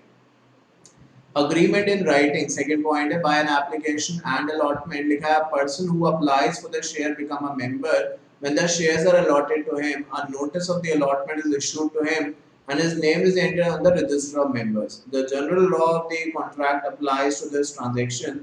There is an offer to take shares and acceptance of this offer when the shares are allotted. An application for shares may be absolute or conditional. तो देखिए जो पॉइंट नंबर सेकंड है वो वही वाला है जो मैंने आपको बताया था कि अगर कंपनी आईपीओ लेके आ रही है, आईपीओ की फुल फॉर्म मैंने बताई है बट फिर भी बता देता हूँ, आईपीओ की फुल फॉर्म है इनिशियल पब्लिक ऑफर। इनिशियल, जब कंपनी सबसे पहली बार अपना इशू लेके आ रही है, मतलब आज से पहले कंपनी ने आप ये मान के चलिए पब्लिक से बहुत ज्यादा लोगों से पैसा नहीं लिया। कंपनी जब बनी थी तब तो कुछ लोगों से पैसा लिया ही होगा, क्योंकि ऑब्वियसली मिनिमम 7 मेंबर्स चाहिए एक पब्लिक कंपनी बनाने के लिए, तो 7 लोगों से तो पैसा लिया ही होगा कम से कम, है ना। बट अभी क्या है कि हम ये सोच रहे हैं कि हमें 5,000 करोड़ रुपए चाहिए, तो ऑब्वियसली इसके लिए हमें बहुत सारे शेयर्स देने पड़ेंगे, क्योंकि इतने पैसे देना कोई 15, 20, 50, 100, 1000 लोग की बस की बात तो है नहीं, बहुत लोग चाहिए हमें यहाँ पे। तो हम क्या करेंगे, आईपीओ लेके आएंगे। आईपीओ का मतलब होगा इनिशियल, क्या होगा, इनिशियल। इनिशियल मतलब सबसे पहली बार जब कंपनी लोगों से पैसा ले रही है वो आईपीओ होगा। और बताना चाहता हूँ यहाँ पे, क्लैरिफाई करना चाहता हूँ कि आईपीओ सिर्फ और सिर्फ पब्लिक कंपनी जो लिस्टेड हैं वो ही ला सकती हैं। जो प्राइवेट कंपनी है उनका दूर दूर तक स्टॉक एक्सचेंज से, एनएससी से, बीएससी से कोई लेना देना नहीं है। जबकि पब्लिक कंपनी दो पार्ट्स में डिवाइडेड है, मैंने पहले ही आपको बताया, एक लिस्टेड है और एक अनलिस्टेड है। तो लिस्टेड कंपनी वो है, पब्लिक कंपनी के अंदर लिस्टेड कंपनी वो है जिसके शेयर स्टॉक मार्केट में लिस्टेड है, आप खरीद सकते हैं, बेच सकते हैं, आपको जाने की भी जरूरत नहीं है, घर पे ही बैठ के डीमैट अकाउंट से खरीद और बेच सकते हैं। वो तो लिस्टेड कंपनी होगी, पब्लिक कंपनी ही लिस्टेड हो सकती है। जबकि अनलिस्टेड कंपनी वो है जो आखिरी में लिमिटेड का वर्ड तो यूज करती हैं, आखिरी में लिमिटेड का वर्ड तो यूज करती हैं वो कंपनीज, बट उनके शेयर बीएससी पे और एनएससी पे नहीं आते, उनके शेयर बीएससी और एनएससी पे नहीं आते। तो एक तो ये तरीका है कि भाई मैंने आईपीओ या आईपीओ में शेयर ले लिया। अच्छा, आईपीओ से आगे अगर हम बढ़ते हैं, क्योंकि आईपीओ का नाम है इनिशियल पब्लिक ऑफर, तो भाई एक बार अगर कंपनी लोगों से पैसा ले लेती है, हो सकता है दोबारा जरूरत पड़े, हो सकता है तीसरी बार जरूरत पड़े, तो फिर बार बार तो हम आईपीओ का नाम नहीं यूज कर सकते, क्योंकि आईपीओ का मतलब ये इनिशियल, इनिशियल मतलब जो पहली और आखिरी बार होता है ना। जैसे कि आपने जो अटेम्प्ट देना है वो पहला अटेम्प्ट होगा और वो आखिरी अटेम्प्ट भी होगा, बिकॉज उसके बाद आप अटेम्प्ट एटलीस्ट इन पेपर के लिए नहीं देंगे, दूसरे पेपर जैसे आपका दूसरा जो ग्रुप है या यूं कह दीजिए फाइनल है, तो वो अलग बात है, बट इनके लिए आप दोबारा से नहीं देंगे। जो आप मेरी क्लासेस देख रहे हैं ये पक्की बात है 100%, क्योंकि कुछ छोड़ा ही नहीं ना, सब कवर करा दिया, कहाँ से पूछेगा ऐसा है। पूछ जहाँ से पूछना है, मैं बोलता हूँ बच्चे सब तैयार हैं, पूछ ले, मैं तो ये बोलता हूँ साफ साफ। खैर, तो आईपीओ के बाद जब दूसरी या तीसरी बार कंपनी को पैसा लेना है तो हम क्या बोलेंगे कंपनी का, हम बोलेंगे एफपीओ। ये लिखते रहो, सिर्फ देख के हंसना और या देख के ये कहना कि हाँ समझ आ रहा है ठीक है, वो नहीं, लिखते रहो, लिखोगे नहीं भूल जाओगे। और मुझे मत कहना कि आपने बड़े बड़े वादे किए थे कि ऐसा होगा वैसा होगा, देखो मेरे मार्क्स नहीं आए, मैं रिस्पॉन्सिबल नहीं हूँ। अगर लिखोगे नहीं तो रिस्पॉन्सिबिलिटी आपकी है। एफपीओ का मतलब क्या है? एफपीओ का मतलब है फर्दर पब्लिक ऑफर। आईपीओ मतलब इनिशियल पब्लिक ऑफर, एफपीओ मतलब further public offer. By transfer of shares, a person can become a member by acquiring shares from the existing members, or and by having the transfer of shares registered in books of the company, that is by getting his name entered in the register of members of the company. तो देखिए transfer of shares और कुछ नहीं है। Transfer of shares का साफ साफ सा मतलब यही है कि भाई जब एक बंदा अपने शेयर्स दूसरे को दे देता है, तो एक तरीका तो हमने ये कहा कि भाई आप आईपीओ में शेयर्स ले लो। पर अगर आप कहते हो कि नहीं आईपीओ से मैं नहीं ले पाए आप शेयर्स, तो आप दूसरा तरीका क्या कर सकते हैं, किसी से जो ऑलरेडी एग्जिस्टिंग शेयर होल्डर है उससे शेयर खरीद सकते हैं। देखो आईपीओ में शेयर खरीदने का बस ये फायदा है, आपको डायरेक्टली कंपनी से वो शेयर मिलेगा। ट्रांसफर ऑफ शेयर मतलब किसी और के पास है और वो आपको ट्रांसफर के तौर पे शेयर्स देगा। तो इससे भी आप ये मेथड से भी मेंबर कंपनी के बन सकते हैं, किसी से आप ट्रांसफर के थ्रू। यानी ए के पास और इस समय शेयर है, ए अपने शेयर बी को बेच देगा, तो ये हम कह देंगे कि ए ने अपने शेयर बी को ट्रांसफर कर दिए। और जैसे कि मैंने समझाया था कुछ ही देर पहले जब हमने स्टार्ट भी किया था, याद होगा ये, तो ए जो था उसने अपने शेयर्स बी को दे दिए, तो बी कौन होगा, सबसे पहले बी शेयर होल्डर बनेगा। बट फिर ए और बी डॉक्यूमेंट साइन करके कंपनी को भेजेंगे और कंपनी फिर क्या करेगी, ए का नाम हटाएगी और बी का नाम ए की जगह अपडेट करेगी। तो पहले बी सिर्फ शेयर होल्डर था, बट अब जब कंपनी बी का नाम अपडेट कर देगी अपने रजिस्टर ऑफ मेंबर में, तो बी और क्या बन जाएगा, बी फिर मेंबर भी बन जाएगा। तो ये बात यहाँ पे कही हुई है। फिर आता है ट्रांसमिशन ऑफ शेयर। देखिए ट्रांसमिशन पहले भी बात कर चुके हैं, transmission is like operation of law. ये बात हम सब जानते हैं, बार बार मैं कह भी दूंगा तब भी इस बात से कोई फर्क नहीं पड़ेगा कि death is something that has to happen, only the thing is कि वो कब आती है किसको ये हमें नहीं पता, but for sure it is bound to happen, है ना। माइकल जैक्सन का नाम सुना है आपने? माइकल जैक्सन के बारे में एक छोटी सी बात बताना चाहता हूँ, शायद पहले भी मैं बताया है आपको, मुझे याद नहीं है, या फाइनल में बताया होगा बच्चों को। ऑब्वियसली इसमें कोई दो राय नहीं है कि अपने समय के और इवन आज तक के वो अपने आप में एक काफ़ी फेमस पर्सनालिटी थे, डांस वगैरह की फील्ड में काफ़ी नाम था, गाने आप जानते ही हैं माइकल जैक्सन के, मून वॉक करके बहुत फेमस उनका हुआ था, और भी बहुत चीज़ें होंगी। तो उन्होंने बेसिकली मतलब he had a lot and lots of money, जिसको हम मतलब कैटेगराइज नहीं कर सकते कितना। तो उनका ये था कि मैं हमेशा जीना चाहता हूँ, मैं कभी मरना नहीं चाहता, उनका माइकल जैक्सन का ये कहना था। अब भाई ठीक है, अब इसके लिए क्या कर सकते थे, तो ये हुआ कि ठीक है पैसे की कोई कमी नहीं है, तो एक काम करते हैं डॉक्टर्स को अपने साथ रखूंगा। माइकल जैक्सन का कहना था कि जहाँ भी मैं जाऊँगा 8-10 डॉक्टर जो बड़े बड़े स्पेशलिस्ट हैं, मतलब जो होते हैं ना, एक होता है कि फिजिशियन होता है कोई भी, और एक होता है कि एक जगह का बहुत बड़ा डॉक्टर है, एक होता है कंट्री का सबसे बड़ा डॉक्टर इस चीज़ का फलाना बंदा है। तो वो कंट्री हेड्स के जो डॉक्टर्स थे, यानी हार्ट का हो गया, फलाना हो गया, ढिमकाना, सबको अपने साथ रखना कि भाई कुछ भी जिस समय मुझे हो जाए तुरंत मुझे ऑपरेट कर देना, मुझे मरना नहीं है। ठीक है जी, ऐसे ही हुआ। अब एक समय तक तो ये चीज़ चलती रही, बट फिर विद एज और I think even before as he died, वो डॉक्टर्स वहीं के वहीं रह गए, बट ऐसा अटैक आया कि वहीं पे ऑन स्पॉट डेथ हो गई। तो ये तो देखिए मतलब गलतफहमी, अगर कोई ये सोचता है कि ये नहीं होगा, हाँ होना है, बट कब ये नहीं पता। और उसी से रिलेटेड हमारा जो टॉपिक है उसका नाम है ट्रांसमिशन ऑफ शेयर्स। जो ए है मैंने पहले भी ये बताया था, क्योंकि देखो जब शेयर्स के बारे में बात कर रहे हैं, 16 घंटे हमने इस चैप्टर में लगा दिए प्रीवियस पार्ट्स में, तो क्या हमने शेयर्स के बारे में ये बात नहीं करी होगी, आप खुद ही बताओ। तो उसमें मैंने ये कहा था कि मान लो जो ए है उसने उसके पास काफ़ी सारी प्रॉपर्टी है, तो वो क्या कर सकता है, वो विल बना सकता है कि जब ए की डेथ हो जाए तो कौन सी चीज़ जो है वो किसको मिल जाए, जैसे कि आप जानते हो कि बाद में डिस्प्यूट ना हो जाता है ना, आपस में लड़ाइयाँ हो जाती हैं, इसको ज़्यादा मुझे कम, या किसका हक होगा इस चीज़ पे, ऐसा ना हो। तो ए ने बंटवारा कर दिया और उसमें ए ने लिख दिया था कि जितने भी मेरे शेयर्स हैं, बाकी प्रॉपर्टी दूसरों को दिया है, बट जितने भी मेरे शेयर्स हैं वो सारे के सारे बी को देने। तो अब ए की अगर डेथ हो जाती है तो जो बी होगा वो ऑटोमेटिकली शेयर होल्डर बन जाएगा, क्योंकि यहाँ पे देखिए हम ये तो एक्सपेक्ट नहीं कर सकते ना कि ए जो है वो ट्रांसफर फॉर्म साइन करेगा, बी भी ट्रांसफर फॉर्म साइन करेगा और भेजेंगे कंपनी, ऐसा तो हो नहीं सकता। तो ये बात जो है वो यहाँ पे कही गई है कि ऑपरेशन ऑफ लॉ यानी ऑटोमेटिकली जो चीज़ हो जाती है, क्योंकि ट्रांसफर में दोनों पार्टीज को साइन करना पड़ता है, जबकि ट्रांसमिशन में जो बी है वो कंपनी के रजिस्टर्ड ऑफिस जाएगा या चिट्ठी भेजेगा, कहेगा देखो भाई ए आपका शेयर होल्डर था, उनकी डेथ हो गई है, ये उनकी विल की कॉपी है और विल के बेसिस पे ए ने कहा था कि उनकी डेथ जब हो जाए तो मुझे यानी बी को शेयर होल्डर बना देना, तो आप मेरे नाम पे सारे शेयर ट्रांसफर कर दो। और अगर ये सही होगा, क्योंकि आजकल झूठ भी बहुत होता है, अगर ये सही होगा तो बी जो है वो शेयर होल्डर या यूं कह दीजिए मेंबर बन जाएगा।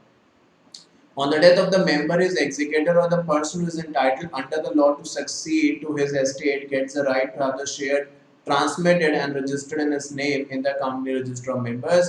No instrument of transfer is necessary in this case. No instrument of transfer is necessary in this case. इसका मतलब ये है कि कुछ साइन वाइन करने की जरूरत नहीं है, जो मैंने आपको बताया।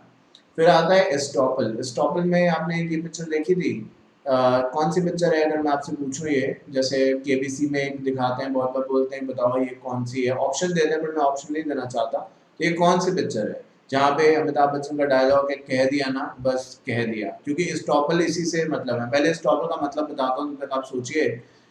स्टॉपल का मतलब कई बच्चे कह रहे हैं याद आ रहा है, करण जौहर ने बनाई थी ये पिक्चर, है ना। वो दौर एक ऐसा था जब, पता नहीं आपने देखी है कि नहीं, बट वो ऐसा समय था जब जो मूवीज होती थी उनकी डेफिनेशन होती थी कि वो 3 घंटे की है, या करण जौहर की तो इवन उससे भी कभी कभी ज्यादा हो जाती थी। आजकल तो क्या है, 90 मिनट्स, 120 मिनट्स, 150 मिनट्स, बहुत 150 मिनट्स भी मुश्किल ही है वैसे।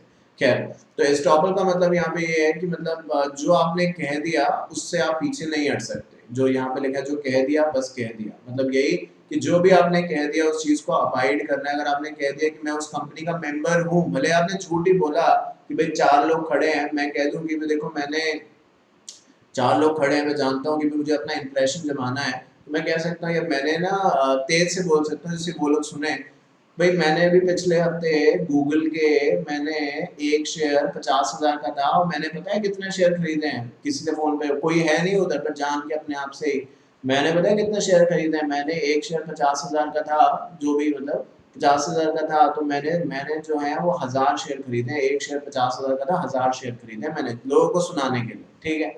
अब इससे लोगों को क्या पता चला कि भाई ये बंदा सच ही कह रहा होगा, कह रहा है कि मैंने शेयर खरीदे हैं तो शायद खरीदे ही होंगे। तो स्टॉपल यही होता है कि कल अगर कोई बात हो जाती है जो नेगेटिव होती है, आपने क्या बोला कि मैंने गूगल के शेयर खरीदे, कल मान लो गूगल में कोई लॉस हो गया, कुछ भी हो गया, या कोई भी और बात हो गई, तो फिर आप अपनी बात से पीछे नहीं हट सकते। मतलब क्या, क्योंकि आप जानते हो कि जब कंपनी शेयर इशू करती है तो जरूरी नहीं है कि जो शेयर होल्डर्स हैं वो पूरा पैसा दें। वो बहुत बार क्या करते हैं, लास्ट क्लास में सब बताया था शेयर्स के टॉपिक में, कि बहुत बार इस तरीके से होता है कि जो शेयर्स होते हैं उस पे application money, allotment money, first call, second call, याद है ये सारी बात हमने करी थी। तो हो सकता है 50,000 है तो 10,000 की एप्लीकेशन रहा हो, 20,000 का अलॉटमेंट रहा हो, मैं एग्जांपल बोल रहा हूँ, तो 30,000 हो चुके हैं, जबकि 10,000 फर्स्ट एंड सेकंड कॉल पे लेने वाले थे।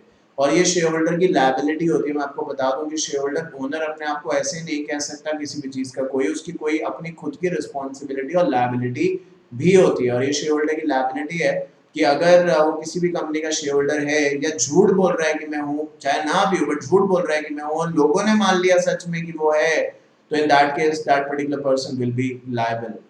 मतलब भले उसके पास शेयर हो या ना हो, अगर वो कह रहा है कि मैं शेयर होल्डर हूँ, कंपनी को कल नुकसान हो गया, तो कंपनी उससे भी पैसा वसूल करेगी, भले उसने 1 रुपया नहीं लगाया कंपनी में। बट स्टॉपल का प्रिंसिपल यही कहता है जो यहाँ पे लिखा है कि जो कह दिया, मतलब जो कह दिया दैट इज फाइनल, एक बार मैंने कमिटमेंट कर दी तो मैं खुद की भी नहीं सुनता, वो वाली बात है ना।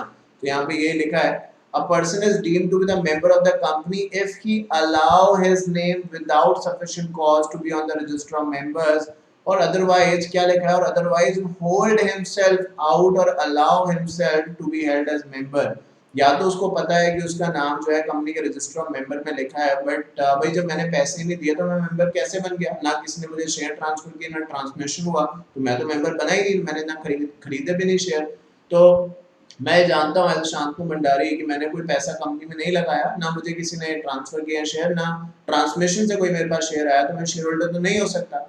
और मुझे कोई बता रहा है कि आपका नाम जो है रजिस्टर ऑफ मेंबर में हमने देखा है, बट मैं अनअवेयर हूँ, मैं कहता हूँ छोड़ो यार मुझे क्या करना, मैंने तो खरीदा। वो कह रहे नहीं, अगर ऐसा है कि आपको पता चल रहा है कि आपका नाम वहां पे है और आपने कोई पैसा नहीं लगाया कंपनी में, तो आपको जाके आवाज उठानी पड़ेगी, कहना पड़ेगा भाई मैं तो शेयर होल्डर नहीं हूँ, मैं तो मेंबर नहीं हूँ, आपने मेरा नाम यहाँ पे क्यों लिखा है, आपको ये बात रखनी पड़ेगी। अब कंपनी फिर नहीं हटाती आपका नाम, कोई भी रीजन देती है तो वो देखा जाएगा क्या रीजन है, बट आपकी नॉलेज में गलत बात आ गई तो आपको आवाज उठानी चाहिए। आप कुछ नहीं बोल रहे, इसका मतलब ये है कि आप उस चीज को एक्सेप्ट करते हो। ये यहाँ पे कहना है कि इस टॉपिक मतलब या तो कोई आपको बता रहा है कि ऐसा है और आप उसका कोई जवाब नहीं दे रहे, आप कहते हैं जो होगा देखा जाएगा ऐसे वाला, या आप खुद ही जान के, जैसे मैंने कहा मैं फोन पे हूँ नहीं मैं शेयर होल्डर, बट जान के हाँ हाँ हाँ मैंने इतने शेयर खरीदे हैं। और या कोई मुझसे पूछ रहा है कि आपने वो गूगल के शेयर खरीदे हैं क्या, तो मैंने मतलब ऐसे कुछ जवाब दिया जैसे वो कोई मुझसे किसी कोई मुझसे पूछ रहा है तो मैं कोई भाई आपने गूगल के शेयर खरीदे, मैंने ऐसे कर दिया क्या मिक्स रिएक्शन दिया, मतलब कुछ हाँ या ना, क्योंकि हाँ होता तो ऐसे बोलता, ना होता तो ऐसे बोलता, मैंने ऐसे ऐसे कुछ उल्टा कर दिया, तो उससे कंफ्यूजन हो रहा है। तो कोई भी ऐसी चीज जहां पे मैं खुद कंफ्यूजन क्रिएट कर रहा हूँ या कंफ्यूजन ऑलरेडी है और उसको मैं सॉर्ट आउट नहीं कर रहा हूँ, तो अगर कोई रिस्पॉन्सिबिलिटी बनती है कल तो फिर वो मेरी खुद की होगी, क्योंकि मुझे पता था ना ऐसा हो रहा है, मैंने जानबूझ के उस चीज को बढ़ावा दिया, तो फिर आपकी रिस्पॉन्सिबिलिटी है। तो वही है, जो कह दिया वो कह दिया, जो भाई कह दिया मतलब ये कि अगर हम कह रहे हैं कि हम शेयर होल्डर हैं तो जो रिस्पॉन्सिबिलिटी हमारी होगी। Who may become a member, subject to the memorandum and articles, any sui juris person who is competent to contract except the company itself can become the member of the company following other important points। अब देखिए जो मैंने बात अभी करी जहाँ पे लिखा है who may become a member, इसको मैं इस तरीके से समझाना चाहता हूँ कि सबसे पहले एक सवाल मैं यहाँ पे रखना चाहता हूँ, इसका जवाब ऑब्वियसली मैं खुद ही दूंगा, बट एक क्वेश्चन है आपके लिए। जैसे कि मैं और आप किसी भी कंपनी के शेयर्स खरीद सकते हैं अगर हम चाहें तो क्या कंपनी भी एक दूसरे कंपनी के शेयर्स खरीद सकती है, मतलब क्या एबीसी व्हाटएवर जो भी नाम है एग्जाम्पल के तौर पे, सो एबीसी जो है कंपनी, क्या एक्स वाई जेड कंपनी के शेयर्स खरीद सकती है, मतलब क्या एक कंपनी दूसरी कंपनी के शेयर्स खरीद सकती है। डज नॉट रियली मैटर कि खरीदने वाली कंपनी और बेचने वाली कंपनी प्राइवेट लिमिटेड है या लिमिटेड है, सवाल सिर्फ यही है कि क्या एक कंपनी दूसरी कंपनी के शेयर्स खरीद सकती है। द आंसर इज यस, कि एक कंपनी दूसरी कंपनी के शेयर्स खरीद सकती है, बट एक कंपनी अपने खुद के शेयर्स नहीं खरीद सकती। दोबारा से रिपीट करता हूँ, एक कंपनी जिसका नाम एक्स वाई जेड है वो किसी भी दूसरी कंपनी जिसका नाम एबीसी है उसके शेयर्स वो खरीद सकती है, और सिमिलरली एबीसी जो कंपनी है वो एक्स वाई जेड के शेयर्स खरीद सकती है। So company can purchase the shares between them. पर एक कंपनी अपने खुद के शेयर्स, क्योंकि आप खुद सोचो ना कि शेयर आप बेच क्यों रहे हो, क्यों बेच रहे हो शेयर्स मार्केट में, जिससे कि लोग शेयर्स खरीदें और उसके बदले वो आपको कुछ पैसा दे। कंपनी अगर उसके पास अपना खुद का ही पैसा है तो फिर लोगों से वो पैसे क्यों ले रही है, क्योंकि अगर हम ये कहते हैं कि कंपनी अपने शेयर्स अपने आप को बेच सकती है तो कंपनी को इससे क्या हासिल क्या होगा, क्या मिलेगा, क्या रिजल्ट क्या है, कंपनी के पास तो शेयर्स हैं ही है ना अपने, तो अपने शेयर्स अपने आप को बेचना, अपना पैसा अपने आप को देना, क्या लॉजिक है इस बात का। तो कंपनी अपने शेयर्स खुद नहीं खरीद सकती, बट यस एक कंपनी के शेयर्स कोई एक इंडिविजुअल या कोई दूसरी कंपनी जरूर खरीद सकते हैं। तो यहाँ पे सबसे पहला पॉइंट वही लिखा है कि company as a member of other company, so like a company is a legal entity and is competent to contract, therefore it can become a member of the other company, however it must be authorized by its MOA to invest in the shares of the other company or any other company। so देखिए मैं यहाँ पे अगर समझाऊँ तो ऐसे कह दूँ, एक कंपनी है जिसका नाम एबीसी प्राइवेट लिमिटेड है, ठीक है, और वो लेट्स से कुछ भी, फॉर एग्जांपल मैं 1000 शेयर्स की बात करता हूँ, ये कम और ज़्यादा भी आप कर सकते हैं, एग्जांपल है ये सारे। सो एबीसी जो है वो company X Y Z limited में शेयर्स खरीदना चाहती है, तो क्या ABC 1000 shares X Y Z limited में खरीद सकती है? The answer is yes.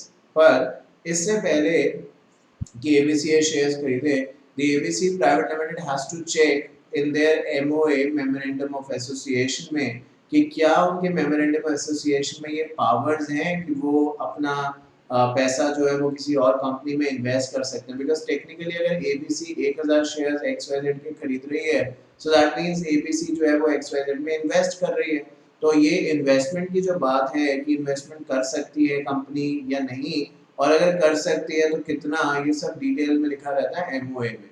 और अगर एमओए में ये साफ साफ लिखा है कि company can invest the money in buying the shares of another company, ABC private limited के एमओए में लिखा है कि कंपनी अपना पैसा जो है वो XYZ के या किसी भी कंपनी के शेयर्स में लगा सकती है और इन्वेस्टमेंट कर सकती है, तो ठीक है, फिर आप कर सकते हैं। बट अगर ऐसा नहीं लिखा है, कंपनी जो ABC प्राइवेट लिमिटेड उसके एमओए में ऐसी बात नहीं लिखी है, तो हमें क्या करना पड़ेगा? लास्ट क्लास में भी हमने ऐसी बात करी थी कि जब एओए में कुछ नहीं होगा तो हमें क्या करना पड़ेगा? अमेंड करना पड़ेगा, उसको चेंज करना पड़ेगा, उसमें बदलाव लाना पड़ेगा, क्योंकि हम कह रहे हैं कि यार एमओए में नहीं लिखा है, तो हमें क्या चेंज करना पड़ेगा कि एमओए जो है उसमें हम ये प्रोविजन डाल दें कि यस कंपनी जो है वो दूसरी कंपनी के शेयर्स में पैसा इन्वेस्ट कर सकती है।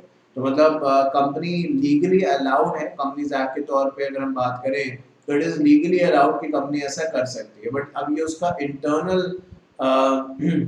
मैटर है कि उसके एमओए में लिखा है कि नहीं लिखा है। अगर नहीं लिखा है तो वो ऑब्वियसली अपडेट करे, और अगर लिखा है तो फिर ठीक है, फिर तो कर ही सकता है। पार्टनरशिप फर्म क्या मेंबर बन सकती है? यहाँ पे उसका आंसर दिया गया है नेगेटिव में, which is no. A partnership firm is not a legal person and as such it cannot be in its own name become the member of the company except the company registered under section 8। तो in general अगर बात करें, जैसे कि ये जो companies हैं limited company है और एक तरफ मतलब एक तरफ प्राइवेट लिमिटेड है और एक तरफ लिमिटेड है, तो इन दोनों में से किसी भी कंपनी का शेयर जो है वो पार्टनरशिप फर्म नहीं खरीद सकती। सवाल जरूर आपके माइंड में आएगा कि सर ऐसा क्यों है, क्यों नहीं खरीद सकती पार्टनरशिप फर्म? तो वो इसलिए क्योंकि पार्टनरशिप फर्म की सेपरेट एग्जिस्टेंस नहीं है। मैंने कुछ देर पहले जब ये स्टार्ट किया तो मैंने बात कही कि परपेचुअल सक्सेशन है, यानी मेंबर्स में come, members may go, but the company can go on forever. क्या कभी आपने पार्टनरशिप, तो आपने शायद अकाउंट्स में भी पढ़ी होगी और पहले मतलब स्कूल के समय भी पार्टनरशिप के बारे में जरूर बात हुई होगी, तो कभी हम में से किसी ने ये नहीं सुना कि परपेचुअल सक्सेशन का कंसेप्ट पार्टनरशिप में है। पार्टनरशिप का लेना, देखो कंपनी में दो लोग हैं या दो तरीके के लोग हैं जिस पे कंपनी डिपेंड कर सकती है, एक है डायरेक्टर और दूसरे हैं शेयर होल्डर्स और मेंबर्स, राइट। बट पार्टनरशिप में तो ले दे के सब कुछ पार्टनर्स ही हैं। अगर पार्टनर्स को कुछ हो जाता है तो पार्टनरशिप ऑटोमेटिकली बंद हो जाएगी।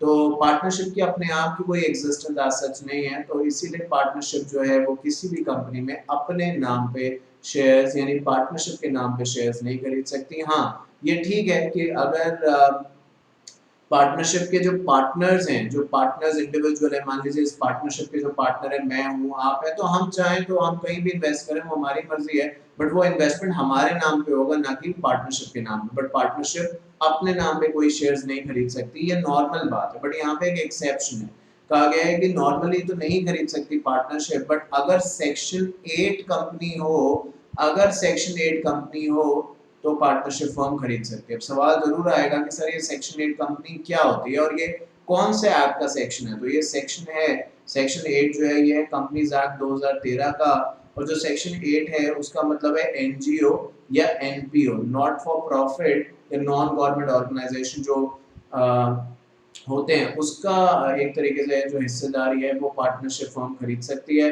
बट अगर कोई भी प्राइवेट लिमिटेड कंपनी है या कोई भी लिमिटेड कंपनी है तो ऑब्वियसली इनके शेयर जो है वो पार्टनरशिप फर्म नहीं खरीद सकती। आई एम श्योर आपने सेक्शंस के बारे में कुछ बात प्रीवियस क्लास से फॉलो करी होगी। तो जैसे मैंने यहाँ पे लिखा कि सेक्शन 8 जो है वो किसका है? वो नॉट फॉर प्रॉफिट का है। अगर कोई आपसे पूछे जो एग्जाम में आएगा कि भाई प्राइवेट कंपनी का क्या सेक्शन है, तो हम क्या बोलेंगे? Section 2 clause 68। जबकि अगर पब्लिक का पूछेगा तो हम क्या कहेंगे? Section 2 clause 71। इसी तरीके से सेक्शन 8 कंपनीज वो हैं जो नॉट फॉर प्रॉफिट हैं, तो उसमें तो पार्टनरशिप फर्म इन्वेस्ट कर सकती है, बट लिमिटेड कंपनीज में या प्राइवेट लिमिटेड में नहीं कर सकती। सवाल आएगा फिर दिमाग में कि सर ठीक है ये आप जो कह रहे हैं, बट ये सेक्शन 8 कंपनी में भी क्यों कर सकती है? मतलब जब कंपनी में नहीं करे तो फिर तो किसी भी कंपनी में नहीं अलाउ होना चाहिए।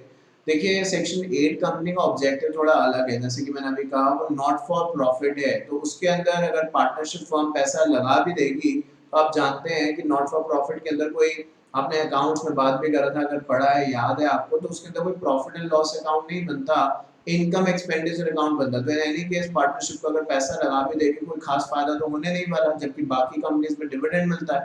तो इस पर्सपेक्टिव में कि अगर आप सोसाइटी का बेनिफिट करना चाहते हैं, आपको पार्टनरशिप फर्म को उसका कोई फायदा नहीं मिलेगा। अगर वो करना फिर भी करना चाहे लोगों की भलाई, तो उसमें हम क्यों रोकें उनको, वो करें। लिमिटेड लायबिलिटी पार्टनरशिप, ये कंपनी में शेयर्स खरीद सकते हैं। लिखा है being incorporated under the NLP can become a member of the company, क्योंकि इनकी भी जैसे कि कंपनी की सेपरेट एग्जिस्टेंस है, इनकी भी सेपरेट एग्जिस्टेंस है। सेक्शन 8 कंपनी में बता चुका हूँ। If it is authorised by the MOA to invest the shares in the other company, तो अभी तक तो ये हो रहा था कि पार्टनरशिप जो है वो सेक्शन 8 कंपनी में पैसा लगा सकती है। और मान लीजिए एक सेक्शन 8 कंपनी है, अच्छा सवाल यहाँ पे ये है कि आपको कैसे पता चलेगा, जैसे पब्लिक एंड प्राइवेट लिमिटेड तो हम पता लगा सकते हैं कि आखिरी में भाई पीवीटी या प्राइवेट लिमिटेड लिखा है तो वो प्राइवेट लिमिटेड कंपनी है, और अगर आखिरी में लिमिटेड लिखा है या एलटीडी लिखा है तो वो लिमिटेड कंपनी है। बट सवाल यहाँ पे ये है कि हम सेक्शन 8 कंपनी जो नॉट फॉर प्रॉफिट कंपनी है, हम कैसे पता लगाएंगे कौन सी कंपनी नॉट फॉर प्रॉफिट है। तो इसका एक जवाब मैं पहले भी दे चुका हूँ, याद आपको दिला देता हूँ। देखिए अगर कोई ये कहता है for example there is a company, example के तौर पे जिसका नाम जो है वो ये इस तरीके से लिखा हुआ है कि व्हाटएवर में 1 2 3 4 5 बस यही नाम है। या चलिए अगर ये लगता हो कि ये क्या घटिया सा नाम है तो चलो मैं कुछ और नाम दे देता हूँ। उसका जो नाम है वो है निर्माण भारती, है ना, निर्माण भारती। बस इतना ही लिखा है, निर्माण भारती। आखिरी में कुछ नहीं लिखा, ना लिमिटेड लिखा है ना प्राइवेट लिमिटेड लिखा है, बट आरओसी में इस कंपनी की डिटेल्स अवेलेबल है। तो मैंने क्या बोला, कोई भी कंपनी है, तो नाम मैंने ऐसे जान के ले लिया थोड़ा ट्रेडिशनल रखने को, बट अगर कोई भी कंपनी देखो बनती है तो उसको मैंडेटरी है कि अगर वो प्राइवेट लिमिटेड है तो आखिरी में प्राइवेट लिमिटेड लगाएगी, और अगर वो लिमिटेड है तो आखिरी में लिमिटेड का वर्ड यूज करेगी। बट जो सेक्शन 8 कंपनीज होती है ना, उनमें एग्जाम्पशन होती है, उनको उनको ये एग्जाम्पशन होती है, एग्जाम्पशन मतलब छूट होती है उनको कि वो आखिरी में ना ही लिमिटेड का वर्ड लगाएंगी ना ही प्राइवेट लिमिटेड का वर्ड लगाएंगी। बट जो उनकी लायबिलिटी है, जो सेक्शन 8 कंपनी की लायबिलिटी है डायरेक्टर्स वगैरह की, वो कैसी रहेगी, लिमिटेड रहेगी। वो कैसी रहेगी, वो लिमिटेड रहेगी। तो सेक्शन 8 कंपनी वो सारी की सारी कंपनी है जो नॉट फॉर प्रॉफिट है, आरओसी के साथ रजिस्टर्ड है। और जो इनके अंदर एक इम्पॉर्टेंट या खास बात है कि अपने नाम के आखिरी में ना लिमिटेड वर्ड, ना एलटीडी, ना प्राइवेट लिमिटेड, ना पीवीटी लिमिटेड, मतलब कुछ नहीं, बस नाम लिख दिया। जैसे मैंने निर्माण भारती लिखा तो बस ये कंपनी है, कुछ नहीं लगा आखिरी में। तो आप कहेंगे सर पता कैसे चलेगा ये, तो आप आरओसी की वेबसाइट पे जाके सर्च कर सकते हैं, वहां पे आपको ये चीज दिख जाएगी। तो अगर सेक्शन 8 कंपनी के पास पैसा है तो वो चाहे, अगर सेक्शन 8 कंपनी चाहे तो किसी भी कंपनी में शेयर्स खरीद सकती है। तो सेक्शन 8 कंपनी चाहे तो किसी भी कंपनी में शेयर्स खरीद सकती है। आगे बात करते हैं foreigners, foreigner as member. Foreigners आपने देखा होगा जब आप कहीं घूमते फिरते हैं, दिख जाते होंगे आपको टूरिस्ट स्पॉट्स पे खासकर। सवाल ये होता है कि कोई अगर बाहर रहता है, यूके में रहता है, यूएस में रहता है, अमेरिका में रहता है, ऑस्ट्रेलिया में रहता है, तो क्या इंडियन कंपनी वो पैसा लगा सकता है? The answer is yes. लिखा है foreigner can take shares in the Indian company and becomes a member subject to the provision of FEMA, इसको बोलते हैं, which is Foreign Exchange Management Act. But in the event of war his country becomes the alien enemy. तो जवाब सीधा सा है कि क्या फॉरेनर जो हैं, बाहर के लोग हैं, वो हमारी कंट्री, मान लो एक कंपनी है जो इंडियन कंपनी है जिसका नाम है एबीसी प्राइवेट लिमिटेड। क्या नाम है? ABC private limited. तो अब सवाल ये है कि क्या ये जो इंडियन कंपनी है, this is an Indian company, India में बनी है, दिल्ली में इसका ऑफिस है, क्या इस कंपनी में ये जो लोग हैं, मान लो ये चारों जो हैं ये न्यूजीलैंड से आए हैं, तो क्या ये इस कंपनी में पैसा लगा सकते हैं? द आंसर इज यस, लगा सकते हैं ये पैसा। बट द थिंग इज कि यहाँ पे थोड़ा सा प्रोसेस अलग रहेगा, क्योंकि जब बाहर से इंडिया में पैसे आएंगे तो ऑब्वियसली बाहर की कंट्रीज में, मेजॉरिटी कंट्रीज में डॉलर चलते हैं। तो आपने आरबीआई का नाम सुना होगा, तो जब भी बाहर से पैसा इंडिया में आता है ना, हमें आरबीआई को रिपोर्ट करना पड़ता है।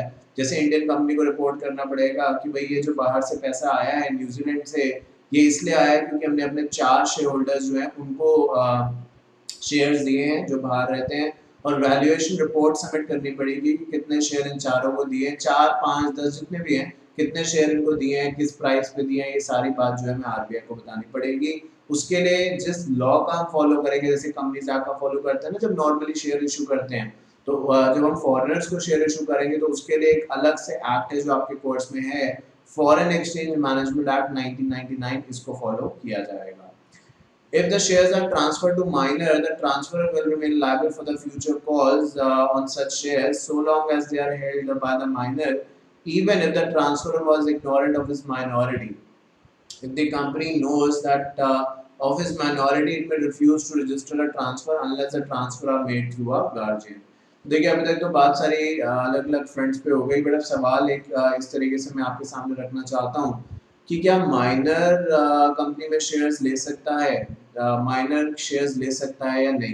तो देखिए इसका अगर एक ही आंसर मुझे देना है स्ट्रेट फॉरवर्ड, तो हमने पहले बात करी थी कि जो मेजर है वही कॉन्ट्रैक्ट कर सकते हैं। तो माइनर अपने नाम पे यानी खुद सारे डॉक्यूमेंट्स वगैरह साइन करे वो तो नहीं हो सकता, because minor obviously competent to contract नहीं है, 18 साल से कम है। और जो हमारा देश का फिलहाल कानून है वो ये कहता है अगर आप 18 साल से कम है तो आप अपने आप कोई पेपर पे साइन नहीं कर सकते, यानी आप किसी कॉन्ट्रैक्ट में एंटर नहीं कर सकते। पर अगर माइनर जैसे कोई है, कोई घर पे पेरेंट्स हैं, उनके बच्चे हैं छोटे, they have a lot of property and all, वो चाहते हैं कि भाई पता नहीं कब क्या किसको हो जाए तो हमारे बच्चों को बाद में दिक्कत ना हो। हर कोई, देखो आपके पेरेंट्स भी ये सोचते हैं और ये बड़ा नॉर्मल फैक्ट है। जब कल आप पेरेंट बनेंगे तब फॉर श्योर आप भी ऐसे ही थॉट्स माइंड में लेके आएंगे।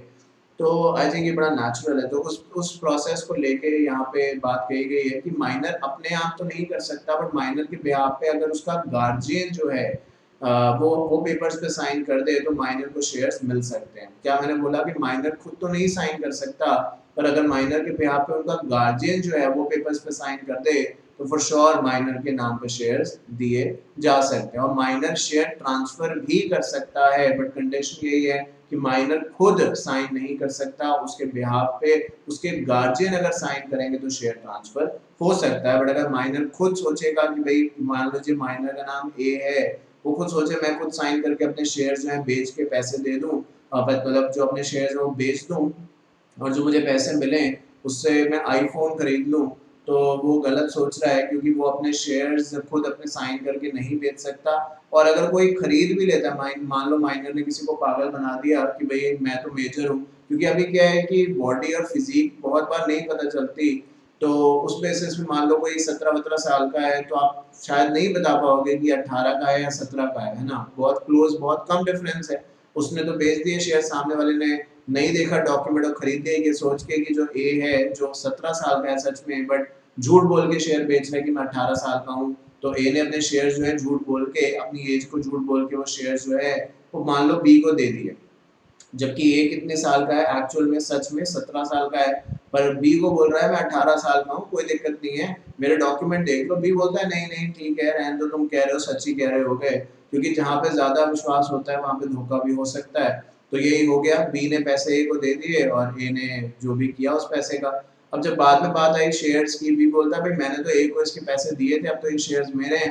पर जब ये कोर्ट में बात गई तो कोर्ट ने समझाया भाई बी आपने कॉन्ट्रैक्ट ए के साथ किया, तो आपने क्या ए की एज जानने की कोशिश करी, क्या ए ने झूठ बोला था। तो बी बोलता है हाँ भाई मैंने तो इनसे पूछा था, तो ए बोलता था कि मैं 18 साल का हूँ और भाई इसी बात में मैंने विश्वास कर लिया। तो कोर्ट बी को बोलेगा आपने कोई डॉक्यूमेंट देखे, बी बोलेगा नहीं मैंने तो नहीं देखे।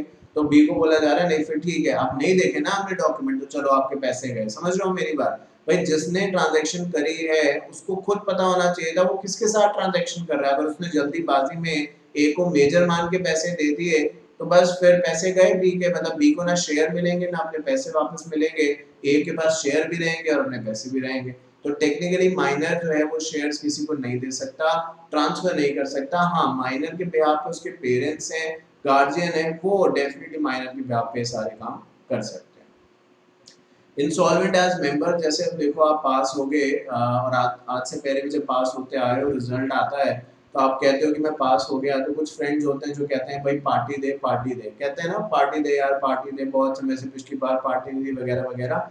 तो आप बोलते हो बहुत बार तो आप पार्टी दे भी देते हो शायद, पर आप बहुत बार बोलते हो यार मेरे पास नहीं है पैसे, सच बोल रहा हूँ मेरे पास नहीं है। तो ये उसी की पोजीशन है इंसॉल्वेंट, मतलब नहीं है इसके पास पैसे। तो क्या ये मेंबर बन सकता है? आइए, the guy is entitled to vote, but he loses all interest in the shares, and the company will pay dividend on his share to the official assignee or receiver. मान लो कि एक बंदा है जिसका नाम है ए और जिसने XYZ लिमिटेड में शेयर्स खरीद रखे हैं ऑलरेडी। तो ए जो है वो ऑलरेडी मैं ऐसे कहूँ शेयर होल्डर है और उसने शेयर्स खरीद रखे हैं XYZ लिमिटेड में। Now for some reason whatever A जो है वो इंसॉल्वेंट हो गया, तो हम यहाँ पे कह रहे हैं कि अगर मान लो ये जो कंपनी है ये डिविडेंड वगैरह डिक्लेयर करती है तो ये डिविडेंड ए को ना दिया जाएगा, अब किसको दिया जाएगा, जो ए का रिसीवर होगा। जो ए का रिसीवर होगा मतलब क्या, कि जब कोई पता है आपको, जब कोई जैसे ए है जब ये इंसॉल्वेंट हो जाता है ना तो कोर्ट ऑफ लॉ क्या करता है, वो कोर्ट कोई भी हो सकता है, high court, supreme court, lower court, कोई भी, वो इंसॉल्वेंट बंदे का क्योंकि इंसॉल्वेंट बंदा तो खुद अब कुछ नहीं कर सकता, किसी कॉन्ट्रैक्ट में नहीं कर सकता, तो इंसॉल्वेंट बंदे की प्रॉपर्टी इकट्ठी करता है कि भाई एसेट्स कितने हैं, फिर लायबिलिटीज देखता है कितने, ये कोर्ट की तरफ से कोई नॉमिनी आता है, कोर्ट का कोई ऑफिसर आता है, उसको आप कह रहे हैं रिसीवर, तो कह रहे हैं कि अगर कोई भी डिविडेंड मिलेगा तो अब ए को नहीं दिया जाएगा क्योंकि वो इंसॉल्वेंट हो चुका है, जो डिविडेंड होगा वो रिसीवर को दिया जाएगा। और रिसीवर की ये मतलब मत माने कि रिसीवर और डिविडेंड को अपने घर ले जाएगा और मजे करेगा, नहीं, रिसीवर जो डिविडेंड होगा उसको एसेट साइड में दिखाएगा, जब ए की बैलेंस शीट बनाएंगे कि ए के पास कितने एसेट्स हैं, कितनी लायबिलिटीज हैं, तो जो डिविडेंड मिला है, अगर मिला है, वैसे भी देखो मैं आपको बता दूं, डिविडेंड आपको क्या लगता है, कंपनी डिविडेंड के बारे में हम इतनी बात कर रहे हैं और कर चुके हैं और करेंगे, कितने का मिलता होगा डिविडेंड, आपको क्या लगता है? पता नहीं आपके क्या कंसेप्शन है इस चीज को लेके, बट एक शेयर पे 2 या 3 रुपए भी मैक्सिमम अगर इतना मिल जाए तो बहुत है। बहुत बार तो ऐसे होता है कि एक शेयर पे 1 रुपए का डिविडेंड है या एक शेयर पे 1.5 रुपए का डिविडेंड है, तो आप डिविडेंड को कोई ऐसी चीज मत मानो जो आपको रातों रात करोड़पति बना दे।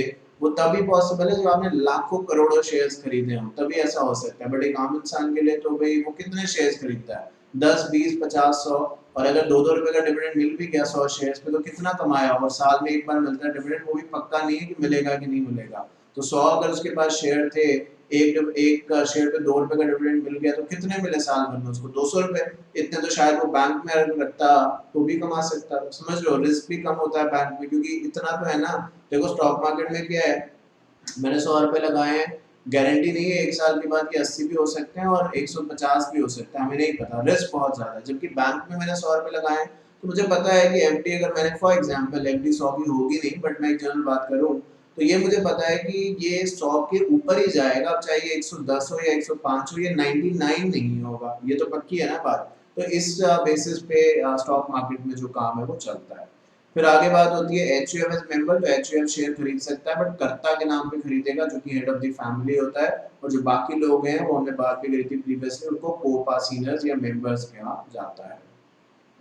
In case of HUF, the shares can be registered in the name of A as Karta of HUF as held in Vickers System International versus Mahesh P Kheswani. तो ऑलरेडी केस हो चुका है, केस ऑफ लॉ मतलब court में बात हो चुकी है और ये फाइनली डिसाइड हुआ है, कंक्लूड हुआ है कि HUF किसी भी कंपनी में शेयर खरीद सकता है, बट HUF अपने नाम पे शेयर ना खरीद के कर्ता जो होगा उसमें लिखा जाएगा सर्टिफिकेट पे ए एज कर्ता ऑफ जो भी एचयूएफ, मान लो एचयूएफ का नाम जो है वो यंग इंडिया है या इंडिया भारत है या व्हाटएवर जो भी है, तो लिखा जाएगा ए एज कर्ता ऑफ जो भी एचयूएफ है। इस तरीके से शेयर्स जो है वो एचयूएफ खरीद सकता है किसी भी कंपनी में। देखो जो नेक्स्ट टॉपिक है इसके बाद, that is called as person taking shares in fictitious name.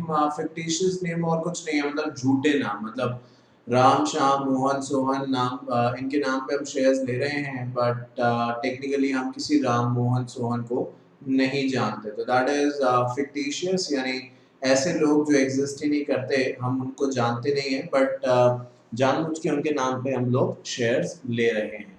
अब सवाल यहाँ पे ये उठेगा शायद दिमाग में कि सर ऐसा क्यों कर रहे हैं, मतलब हम अपने नाम पे क्यों नहीं ले रहे शेयर्स और ऐसा क्यों है? देखिए जो ये ब्लैक मनी होता है ना, ये बहुत सारे काम ऐसे करा देता है जिसका कोई logic as such legitimately legal तरीके से दिया नहीं जा सकता। अगर आप शेयर में पैसा लगाएंगे तो क्या ये सवाल नहीं आएगा कि ये पैसा कहाँ से आया? अगर वो ब्लैक मनी है तो वो ऑब्वियसली अकाउंट में तो आया नहीं होगा, नहीं आया होगा ना अकाउंट में, क्योंकि जो अकाउंट में पैसा आ जाता है वो तो फिर व्हाइट मनी हो जाता है, चलता है ना ये black money white money. Government बहुत बार कहती है कि बाहर से हम ब्लैक मनी लेके आएंगे, कब वो लाएंगे, कब होगा उसका कुछ ही हमें नहीं पता, but for sure unaccountable money जो कैश में एक से दूसरी जगह दिया या लिया जाता है वो ब्लैक मनी की डेफिनेशन में आता है। नहीं तो जितना इजी आजकल बैंक से ट्रांसफर करना है, आई डोंट थिंक सो कि वो कभी भी रहा है, with in fraction of seconds चीज़ें हो जाती हैं, तो फिर कैश गिनना देना ले जाना इतनी कोई टेंशन क्यों लेगा, कुछ ना कुछ तो होगा ना उसको फायदा इसमें नजर आ रहा होगा। तो अपने नाम पे हम शेयर्स लेंगे, सवाल उठेगा भाई कहाँ से आया ये पैसा, और अगर हमारे पास इलीगल तरीके से आया तो हम क्या जवाब दें। तो इसीलिए हम क्या करते हैं, ऐसे फिक्टिशियस झूठे पैन कार्ड और आधार कार्ड। अब आप ये पूछे सर ये कैसे हो जाता है, देखो ये मत पूछो कि कैसे हो जाती है, ये चीज़ें ऐसी हैं जो अगर आप सर्च करोगे अभी भी इसी समय वीडियो को रोक के गूगल पे जाके सर्च करोगे, तो मैं नहीं कहता, आपको रिनाउंड न्यूज़पेपर्स मिल जाएंगे, टीवी चैनल्स मिल जाएंगे जो इसके बारे में आपको बता रहे होंगे। तो अगर आप ऐसा करते हुए पकड़े जाते हो तो एक तो ये गलत है, नहीं करना चाहिए। बट अगर ऐसा करते हुए कोई पकड़ा जाता है तो यहाँ पे एक सेक्शन दे रखा है जिसका नाम है section 447 of the Companies act 2013। वो फ्रॉड का सेक्शन है और उस तहत आपको पेनल्टी और सजा दोनों ही हो सकती है।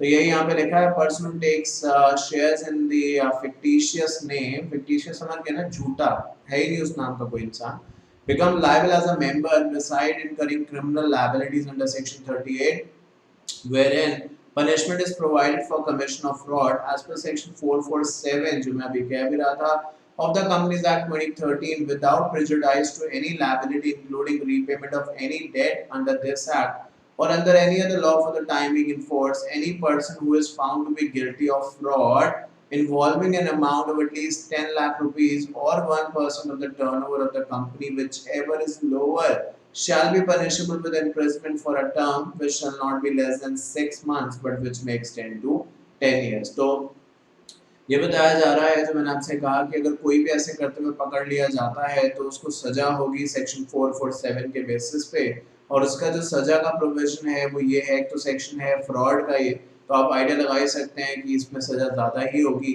और जो यहाँ पे बताया गया वो बताया गया कि फ्रॉड आपने कितना किया उसके बेसिस पे डिटरमाइन किया जाएगा।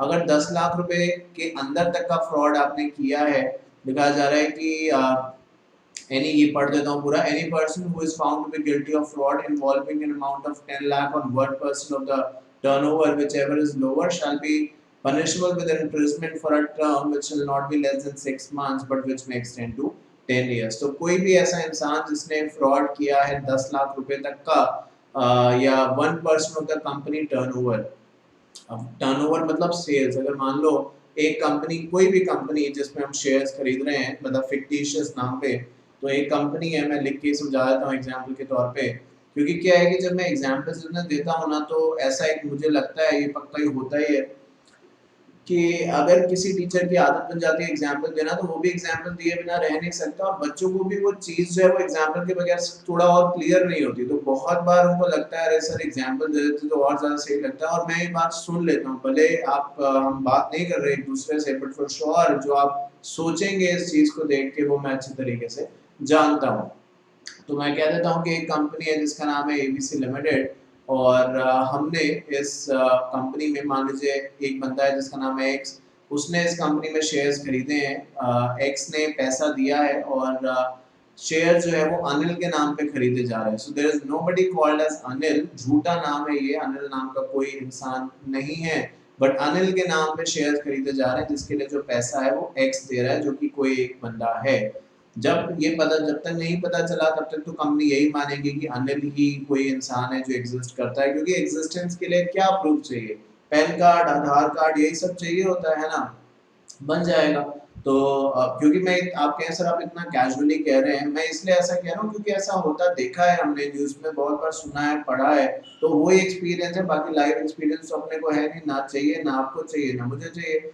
तो अनिल के नाम पे कंपनी ने शेयर्स दे दिए और बाद में पता चला कि भाई अनिल तो कुछ है ही नहीं, झूठा ये नाम है, तो पता, फिर पता लगाना हो गवर्नमेंट में, जैसा कहता हूँ पता लगा सकती हो आराम से, तो पता लगा लिया कि पैसा एक्स ने दिया था और अनिल के नाम पे ऐसे शेयर्स खरीदे थे। तो बताया जा रहा है कि अगर ये जो पैसा है, जो इन्वेस्टमेंट है, ये 10 लाख रुपए तक की है या 1% of the turnover of the company, यानी जो एबीसी है जिसके अंदर शेयर्स खरीदे गए हैं झूठे नाम पे, उसका टर्नओवर कितना है, कोई कहता है सर इसका टर्नओवर 1 करोड़ रुपए है, तो 1 करोड़ का 1% और 10 लाख जो भी इनमें से कम होगा उसके बेसिस पे पेनल्टी आपको लगेगी, और साथ साथ जो एक्स है उसको सजा भी होगी, इम्प्रिजमेंट भी होगी, जो कि कम से कम बताया जा रहा है 6 महीने की होगी ही होगी, और ज्यादा से ज्यादा 10 साल तक की भी हो सकती है। तो ऐसा कोई काम ना करें कि ये सब चीजें, और मैं आपको बता दूं कि कंपनीज एक्ट जो है पहले से अब बहुत स्ट्रिक्ट हो चुका है, तो अब काफी सारी चीजें जो पहले वो बाईपास करते थे कि ठीक है इट इज ओके, अब ऐसा नहीं है, it is very very strict now. आगे बात करते हैं, लिखा है clarification regarding status of the holder of GDR. GDR की फुल फॉर्म भी लिखी है ग्लोबल डिपॉजिटरी रिसीट। ये ग्लोब है और इसमें आप फॉर श्योर देख पा रहे होंगे कि अलग अलग कंट्रीज के फ्लैग्स भी लगे हुए हैं। इंडिया का भी है, यूके का भी है, बहुत सारी, और Australia, New Zealand, Britain etcetera etcetera. तो ग्लोबल डिपॉजिटरी रिसीट क्या होता है पहले मैं आपको थोड़ा सा यहाँ पे बताऊंगा जितना रिक्वायर्ड है। एक टॉपिक अलग से आएगा तो वहाँ पे और डिटेल में बात करेंगे। देखिए जब कंपनी को पैसा चाहिए तो आपसे कोई पूछे, जितना अभी तक आपने पढ़ा है, कि एक मुझे बात बताओ, मैं आपको बोलूंगा कि आप मेरे लिए कंपनी सेक्रेटरी हैं, क्योंकि अगर आप सही से पढ़ेंगे तो मुझे नहीं लगता कि ये जो चीज़ जो मैंने आपको कही है ये आपसे कहीं दूर जाने वाली है। फॉर श्योर आप इसको हासिल कर ही लेंगे, बहुत जल्दी कर लेंगे। तो मैं आपसे पूछूंगी सर या मैम, एज अ केस में भी, कि सर या मैम मुझे हमारी कंपनी को पैसा चाहिए, सो हमारे पास कहाँ से आएगा पैसा, हम क्या क्या रास्ता, कैसे हम पैसे लें, हमें लोगों से पैसे चाहिए, मतलब we wanted to basically expand the business, so we want money. तो आप में से कोई कह सकता है कि आप सर ऐसा मुझे बोल सकते हैं कि आप सर लोन ले सकते हैं बैंक से। कोई कह सकता है कि सर आप शेयर इशू कर सकते हैं। कोई ये कह सकता है सर आप कोई प्रॉपर्टी आपके पास हो वो आप मॉर्टगेज गिरवी रख दीजिए, वही लोन वाली बात। तो कोई ये कह सकता है कि सर एक और तरीका है जिसका नाम है जीडीआर, जो है ग्लोबल डिपॉजिटरी रिसीट। इससे आप इंडिया के बाहर की जो कंट्रीज हैं, फॉरेन इन्वेस्टर्स हैं, उनसे आप पैसा ले सकते हैं। और ये आई थिंक तब भी जरूरी हो जाता है, देखो एक लिमिट होगी कि अगर इंडिया में कोई कंपनी लिस्टेड है, शेयर्स आते हैं, तो एक बार पैसे ले लिए उस कंपनी ने, दो बार ले लिए, तीन बार ले लिए, कितनी बार वही कंपनी पैसा लेगी और कितनी बार हम सेम कंपनी में इन्वेस्ट करेंगे, बार बार तो नहीं करेंगे, क्योंकि हम भी चाहेंगे कि डिफरेंट कंपनीज में इन्वेस्टमेंट करें, है कि नहीं। तो जीडीआर एक ऐसा प्रोसेस है जहाँ पे इंडिया के बाहर के जो लोग हैं, फॉरेनर्स जो हैं अलग अलग कंट्रीज में, उनसे आप पैसा ले सकते हैं। जो टॉपिक है वो ये कहता है clarification regarding status of the holder of GDR. Basically आपसे ये यहाँ पे कहा जा रहा है, क्या जिसने जीडीआर खरीदा है उसका नाम भी रजिस्टर ऑफ मेंबर्स में आना चाहिए या नहीं आना चाहिए। तो इसका आंसर हम अभी समझेंगे, बट मेरा क्वेश्चन है क्या जिसने जीडीआर, शेयर नहीं, जिसने लिखा है जीडीआर, जीडीआर का मतलब है ग्लोबल डिपॉजिटरी रिसीट, जिसने जीडीआर यानी फॉरेनर ने जो यूके में बैठा, अमेरिका में बैठा, उसने इंडियन कंपनी में कुछ पैसा इन्वेस्ट किया, तो क्या उसका नाम, उसकी डिटेल्स, एड्रेस वगैरह क्या रजिस्टर ऑफ मेंबर में आना चाहिए, ये एक सवाल है। इसका आंसर है नहीं आएगा। क्यों नहीं आएगा, उसने शेयर थोड़े खरीदा है जो उसका नाम यहाँ पे आएगा, उसने जीडीआर खरीदा है, तो जीडीआर का जो रजिस्टर होगा वहां पे उसका नाम डालेंगे। ये तो जो रजिस्टर है तो मेंबर्स का है और शेयर होल्डर्स का है टेक्निकली, तो यहाँ पे उसका नाम नहीं आएगा। आइए देखते हैं। According to Section 2, Clause 55 of the Companies Act, a person is a member of the company. कौन-कौन member होता है? Who is the subscriber to the memorandum?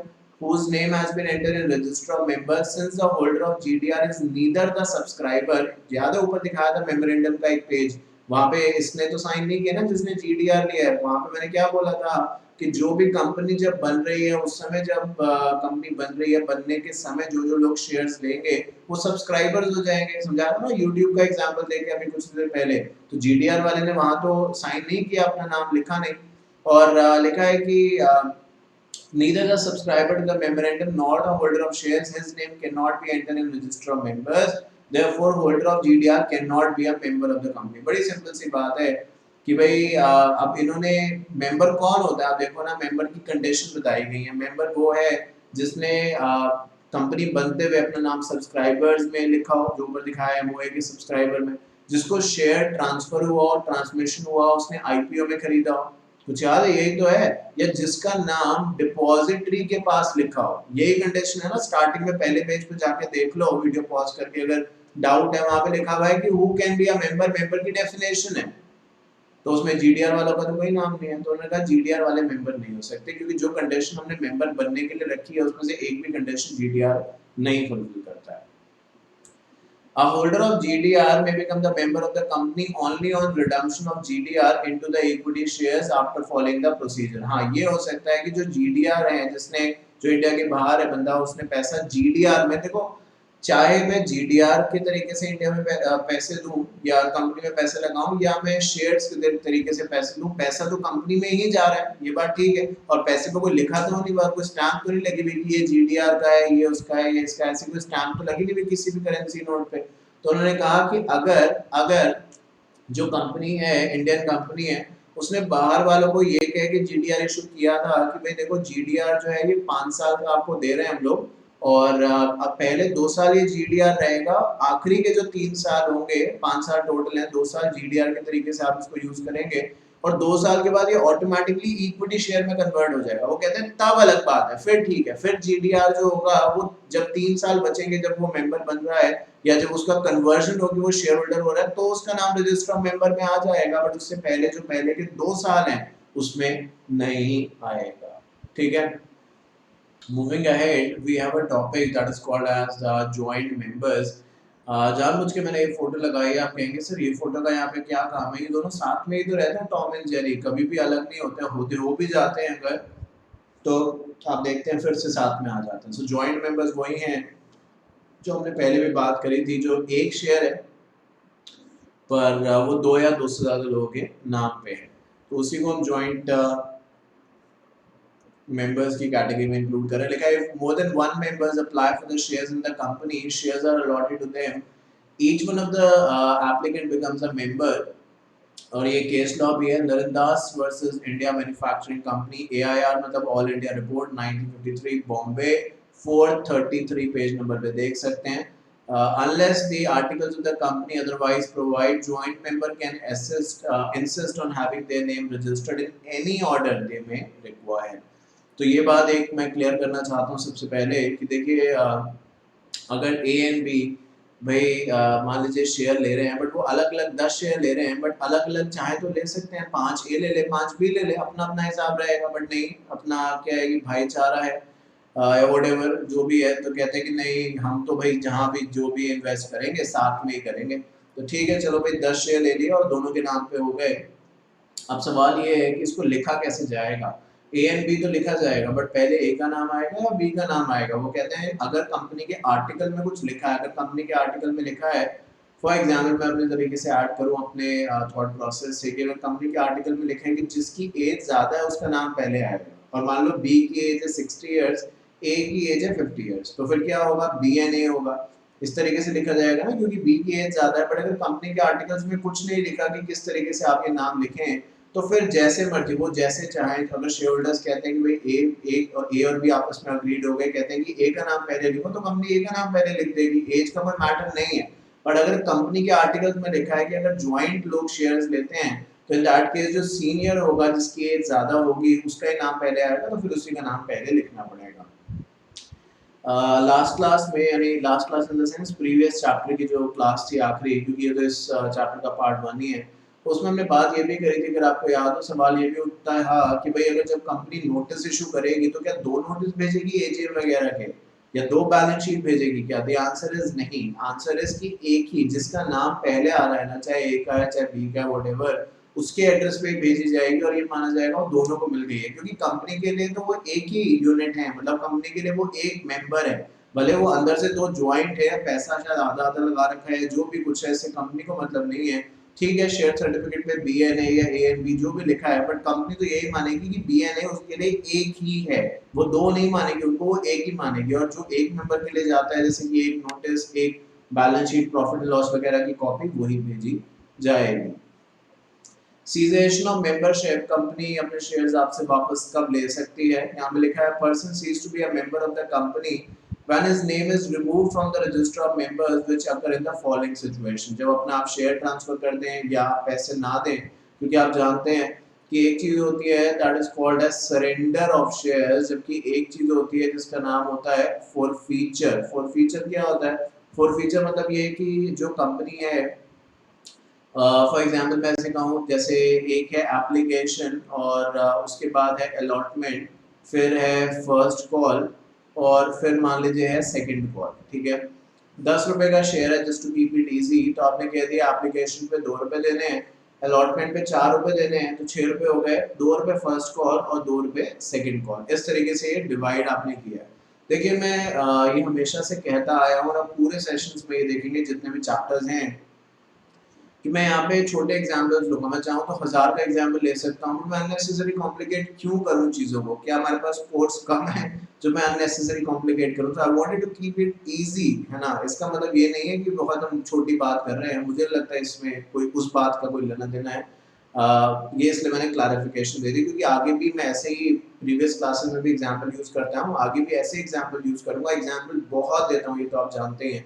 तो खैर मान लीजिए मिस्टर ए ने शेयर खरीदा, ₹2 एप्लीकेशन, ₹4 अलॉटमेंट दे दिए, कॉल्स के पैसे बार बार कंपनी मांग रही है, वो नहीं दे रहे, तो वो कंपनी क्या करेगी? उनका शेयर फोरफीट कर देगी।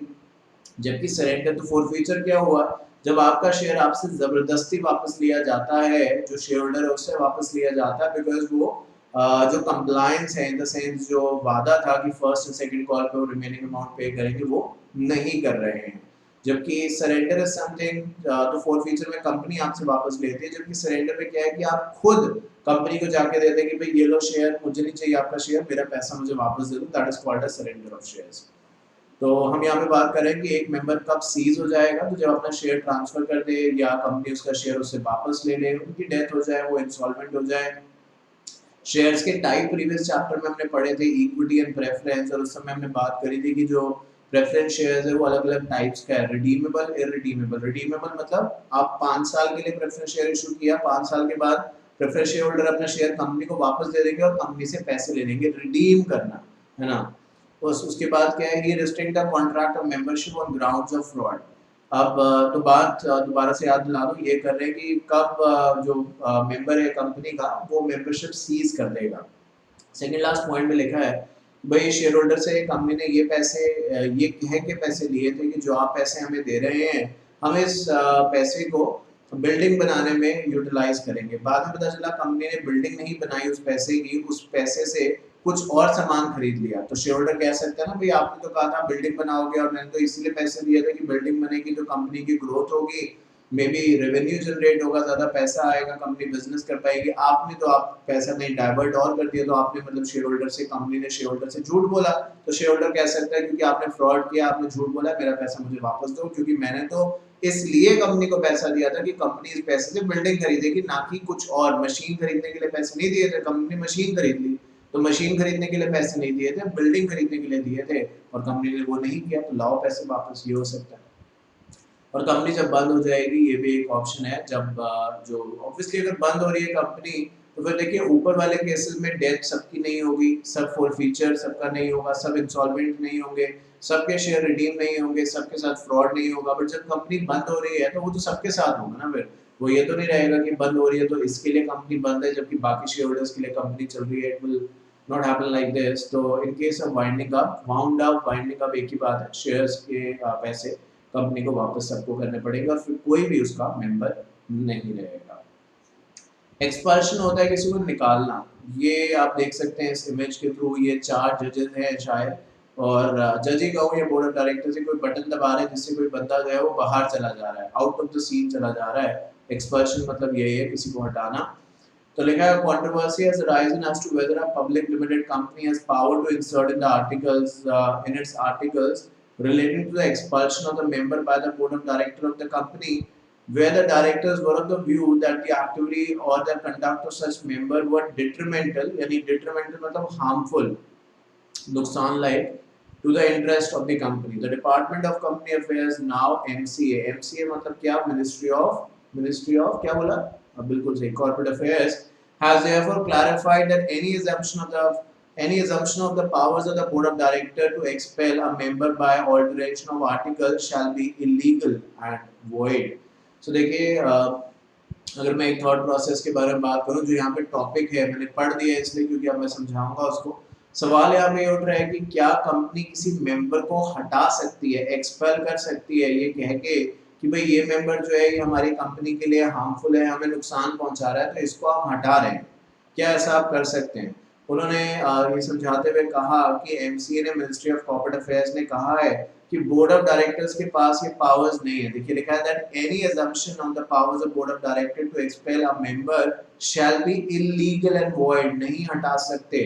एक बार अगर मैंने किसी कंपनी के शेयर्स ले लिए तो जब तक या तो मैं शेयर अपने खुद ट्रांसफर कर दूं, उस बंदे ने जिसने शेयर लिया उसकी डेथ हो जाए, या इंसॉल्वेंट वो हो जाए, या कंपनी खुद बंद हो जाए, ये तो रीजन है कि मेंबरशिप अपने आप चली जाएगी। बट कंपनी जबरदस्ती, कंपनी ने अगर शेयर मुझे दिए हैं तो अब वो शेयर मेरे हैं, और जब तक मैं चाहूंगा उसको अपने पास रख सकता हूँ। कंपनी मुझसे जबरदस्ती वो शेयर्स नहीं ले सकती और जबरदस्ती मुझे मेंबरशिप से नहीं हटा सकती, क्योंकि भाई पैसे दे दिए मैंने, मैं शेयर होल्डर बन गया, अब कंपनी मुझे क्यों हटाएगी और कैसे हटाएगी, तो ये क्लैरिफाई कर दिया गया। आगे बात करते हैं, बस थोड़ा सा, और आप सोचोगे सर खत्म नहीं हो रहा, वैसे तो आप कहते हैं 1 घंटे के अंदर। देखिए कुछ क्लासेस फॉर श्योर 1 घंटे के, कुछ क्या सारी क्लासेस का हमारा ये ड्यूरेशन है, बट ये थोड़ा सा ज्यादा मैंने इसलिए रखा है बिकॉज हम यहाँ पे स्ट्रेच में चीजें डिस्कस करते जा रही हैं और इतना भी ज्यादा नहीं हुआ, so we are about to come to the and.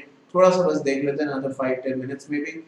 ये रजिस्टर ऑफ मेंबर्स है जो आप इस समय अपनी स्क्रीन पे देख रहे हैं, एंड इसमें आप बहुत सारी चीजें देख रहे होंगे, मुझे ऐसा लगता है आपको पता चल रहा है कि यहाँ पे लिखा है ट्रांसफर नंबर, डेट, कितने शेयर्स, कहाँ से, जैसे 1 से लेके 10,000 है, जो भी डिस्टिंक्टिव नंबर है, फोलियो नंबर, ट्रांसफरर कौन है, ट्रांसफरी कौन है, ये सब चीजें यहाँ पे लिखी गई हैं। अमाउंट कितना पेड है, सर्टिफिकेट, तो ये रजिस्टर ऑफ मेंबर्स है जिसके अंदर सारे शेयर होल्डर्स की एंट्री करी जाएगी जिन्होंने कंपनी से शेयर्स लिए हैं या लेंगे। और बताना चाहता हूँ जो रजिस्टर्ड ऑफिस है वो हमेशा और हमेशा कंपनी के रजिस्टर्ड ऑफिस में ही रखा जाएगा। हाँ, इसके एक्सेप्शंस हैं, जैसे कि अगर मान लो कंपनी के 1000 मेंबर्स हैं, ठीक है, तो इसका मतलब 1000 है, तो इसका मतलब ये कौन सी कंपनी होगी जरा बताओगे? अगर कंपनी के 1000 मेंबर हैं तो ये कौन सी कंपनी होगी, ये पब्लिक होगी या प्राइवेट होगी? नाम नहीं लिखा मैंने, बट इसी से आइडिया कुछ लग रहा है क्या कि अगर 1000 मेंबर है किसी कंपनी के, 1000 शेयर होल्डर है, तो वो कौन सी कंपनी होगी? सोचो कि मैंने अभी बताया था कि maximum number of member in private company कितना होता है, मैक्सिमम 200, और इसमें कितना लिखा मैंने 1000, इसका मतलब ये प्राइवेट तो हो नहीं सकती, तो बची क्या? पब्लिक बची, तो ये पब्लिक कंपनी है। तो अब हुआ क्या कि 1000 टोटल लोग हैं, जिसमें जब देखा जा रहा है कि ये कहाँ कहाँ रहते हैं, तो पता चल रहा है कि 200 लोग जो हैं, 200 of them lives in Delhi, Delhi में रहते हैं 200 लोग। यानी अगर मैं बात करूं परसेंट के तौर पे, तो 20% लोग जो है, 1000 में से 20% लोग यानी 200 लोग दिल्ली में रहते हैं, ठीक है जी। अब ये बात मैं इसलिए कह रहा हूँ कि जनरली रूल तो यही है कि जो रजिस्टर ऑफ मेंबर्स है वो कंपनी के रजिस्टर्ड ऑफिस में ही रखा जाएगा, ये तो बात तय है। पर यहाँ पे ये समझाया गया है कि अगर अगर किसी भी तरीके से हम इस चीज़ को एनालाइज करें कि क्या इसका कोई और ऑप्शन है, हम कहीं और रख सकते हैं, द आंसर इज यस। पहले तो हमें रजिस्टर्ड ऑफिस में ही रखना है, बट अगर शेयर होल्डर जो है वो रेजोल्यूशन पास कर दे तो ये रजिस्टर्ड ऑफिस जो है कहीं और भी रखा जा सकता है, बट वहीं रखा जाएगा जहाँ पे कंपनी के एटलीस्ट 1/10 या 10% ऑफ द मेंबर रहते हैं।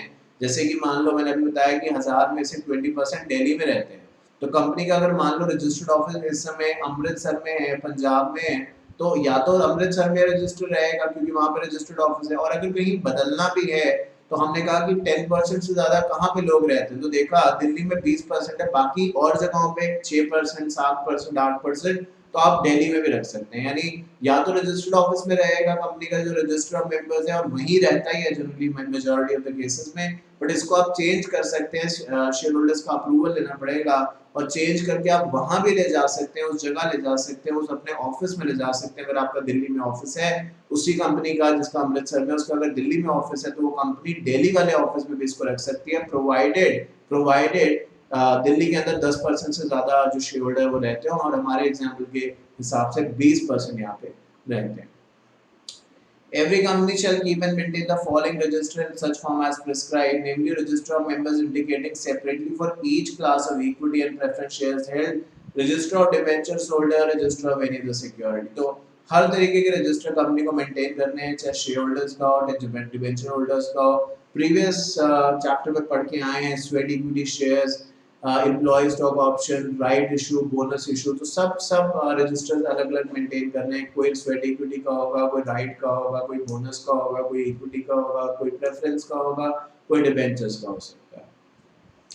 A company may, if so authorized by its article, keep in the country outside India in such manner as prescribed a part of the register referred to in section 88 called as foreign register, containing the name and address of the members, dimension holders and other security holders residing outside India। तो मान लो company का एक office जो है अमृतसर में है, जैसे मैंने ऊपर लिख दिया। अमृतसर आप कहो सर आप क्यों ले रहे हो, ये एग्जाम्पल ले लिया भाई मैंने। और एक दिल्ली में है और एक उसका ऑफिस जो है वो बाहर है, न्यूयॉर्क में है। न्यूयॉर्क गए हो आप, NY न्यूयॉर्क, वहां पे। तो वो ये कहते हैं कि भाई आप चाहे तो न्यूयॉर्क में भी रख सकते हैं रजिस्टर, पर अगर आप ऐसा करना चाहते हैं तो उसको हम फॉरेन रजिस्टर कहेंगे। और सारा रजिस्टर आप न्यूयॉर्क में नहीं रख सकते, क्योंकि कंपनी इंडिया की है तो इंडिया का रजिस्टर वहां थोड़े इंडियन शेयर होल्डर को देखना न्यूयॉर्क जाएगा देखने को। थोड़ा सा पार्ट जो है, स्पेशली वो वाला पार्ट, अगर न्यूयॉर्क में से किसी शेयर होल्डर ने हमारी कंपनी में शेयर्स इन्वेस्ट किए हुए हैं तो उतने लोगों का डेटा हम न्यूयॉर्क वाले ऑफिस में रख सकते हैं। मेजर डेटा तो इंडिया के ऑफिस में ही रहेगा, फिर चाहे वो पंजाब में अमृतसर में रहे या दिल्ली में रहे। दिल्ली में अगर करना है तो प्रोसेस मैंने आपको बता दिया। If the company does not maintain a register of members or debenture holder or other security or fails to maintain them in accordance with the provision, the company and every officer of the company who is in default shall be punishable with a fine which shall not be less than 50,000 but which may extend to 3 lakh rupees। तो कम से कम 50,000 रुपए और ज्यादा से ज्यादा 3 लाख रुपए आपके ऊपर पेनल्टी लग सकती है, अगर आपने सही तरीके से ये जो रजिस्टर है जिसके बारे में बात हम कर रहे हैं, अगर आपने नहीं मेंटेन किया तो वो इतनी पेनल्टी देने के लिए तैयार रहिए। आप मतलब कौन, डायरेक्टर्स, KMP, याद है ना KMP की मैनेजरियल पर्सन, उसके अंदर और कौन आता है डायरेक्टर के अलावा? बिल्कुल सही, company secretary. Modalities of maintaining the registers, every company limited by shares shall from the date of registration maintain the register in form MGT1। तो देखो अलग अलग फॉर्म्स हैं, अभी उतना हमने नहीं पढ़ा यहाँ पे। जैसे याद है लास्ट क्लास में बात करी थी, SH4 के बारे में बात करी थी, बायबैक के बारे में, अलग अलग रजिस्टर्स बना रहे थे। ऐसे ही मैंने आपसे कहा भी था कि SH वाली चीजें एक जगह लिख लो, SH1 से लेके जितने भी है। याद है ऐसी बात मैंने कही थी, पता नहीं आपने लिखा है कि नहीं। नहीं लिखा है तो लिख लो, बहुत आसानी होगी। देखो अगर ये मेरे हाथ में अगर ये होता ना कि मैं आपकी कॉपी में आगे लिख सकता तो मैं लिख भी देता, मैं सच कह रहा हूँ। जब मैं इतनी यहाँ पे, आप शायद आइडिया लगता है या नहीं लगता है मुझे नहीं पता, बट मैंने तो कोई कमी नहीं छोड़ रहा हूँ और मैं छोड़ना भी नहीं चाहता। बिकॉज जिस तरीके से मैं इसको एक बार रिकॉर्ड कर रहा हूँ, मैं सच बात बताऊँ तो मैं चाहता हूँ कि आप भी एक बार देखें और आप आगे निकल जाएं इससे। तो मुझे भी मतलब वही 100% इससे यही उम्मीद है कि ये देखने के बाद आपकी अंडरस्टैंडिंग तो बढ़ेगी, बट थोड़ी बहुत चीजें तो आपको देखो अपने लिए करनी ही होंगी अगर आप चाहते हो कि रिलैक्स आप रहो, टेंशन ना हो। पास तो हो ही जाना है आपने, ये तो पक्की बात है, क्योंकि क्या पूछेंगे, मैं बार बार कह रहा हूँ, सब कुछ चीजें तो कवर कर ली हैं। In case of the company not having share capital, the register of members shall contain the following particulars। तो याद है limited by shares, limited by guarantee, दो तरीके की कंपनीज हैं। तो अगर शेयर है तो हमने ऊपर देख लिया कि रजिस्टर ऑफ मेंबर कैसा होगा। अगर कंपनी शेयर नहीं इशू करती है, इसका मतलब वो लिमिटेड बाय गारंटी है, तो क्या क्या होगा, नाम उस बंदे का, कहाँ पे रहते हैं, जिन जिन लोगों ने गारंटी दी है, किस दिन मेंबर बने हैं, अगर सीज हो गए हैं तो मतलब किस दिन उनकी गारंटी खत्म होगी, कितने अमाउंट की गारंटी दी है, ये सब चीजें जो है यहाँ पे उनको लिखनी होगी। तो चलिए अब मैं यहाँ पे इस पार्ट को खत्म करता हूँ। थोड़ा सा लंबा हो गया ये पार्ट, बट फॉर श्योर यहाँ पे हमने काफी सारी चीजें अब कवर कर ली हैं। तो मैं इस पार्ट को यहीं पे रोकता हूँ, दोबारा से आपसे जब मिलूंगा तो वो पार्ट नंबर 2 होगा और ऑब्वियसली उसमें हम इस चीज को और आगे बढ़ाएंगे। उम्मीद करता हूँ सारी बात आपको समझ में आई होगी। अगर कोई भी क्वेश्चन तो प्लीज मुझे बताइएगा, I will be more than happy to help you out for CS Executive and then CS Professional, all subjects Shyam Through Mandari classes। Thank you so much।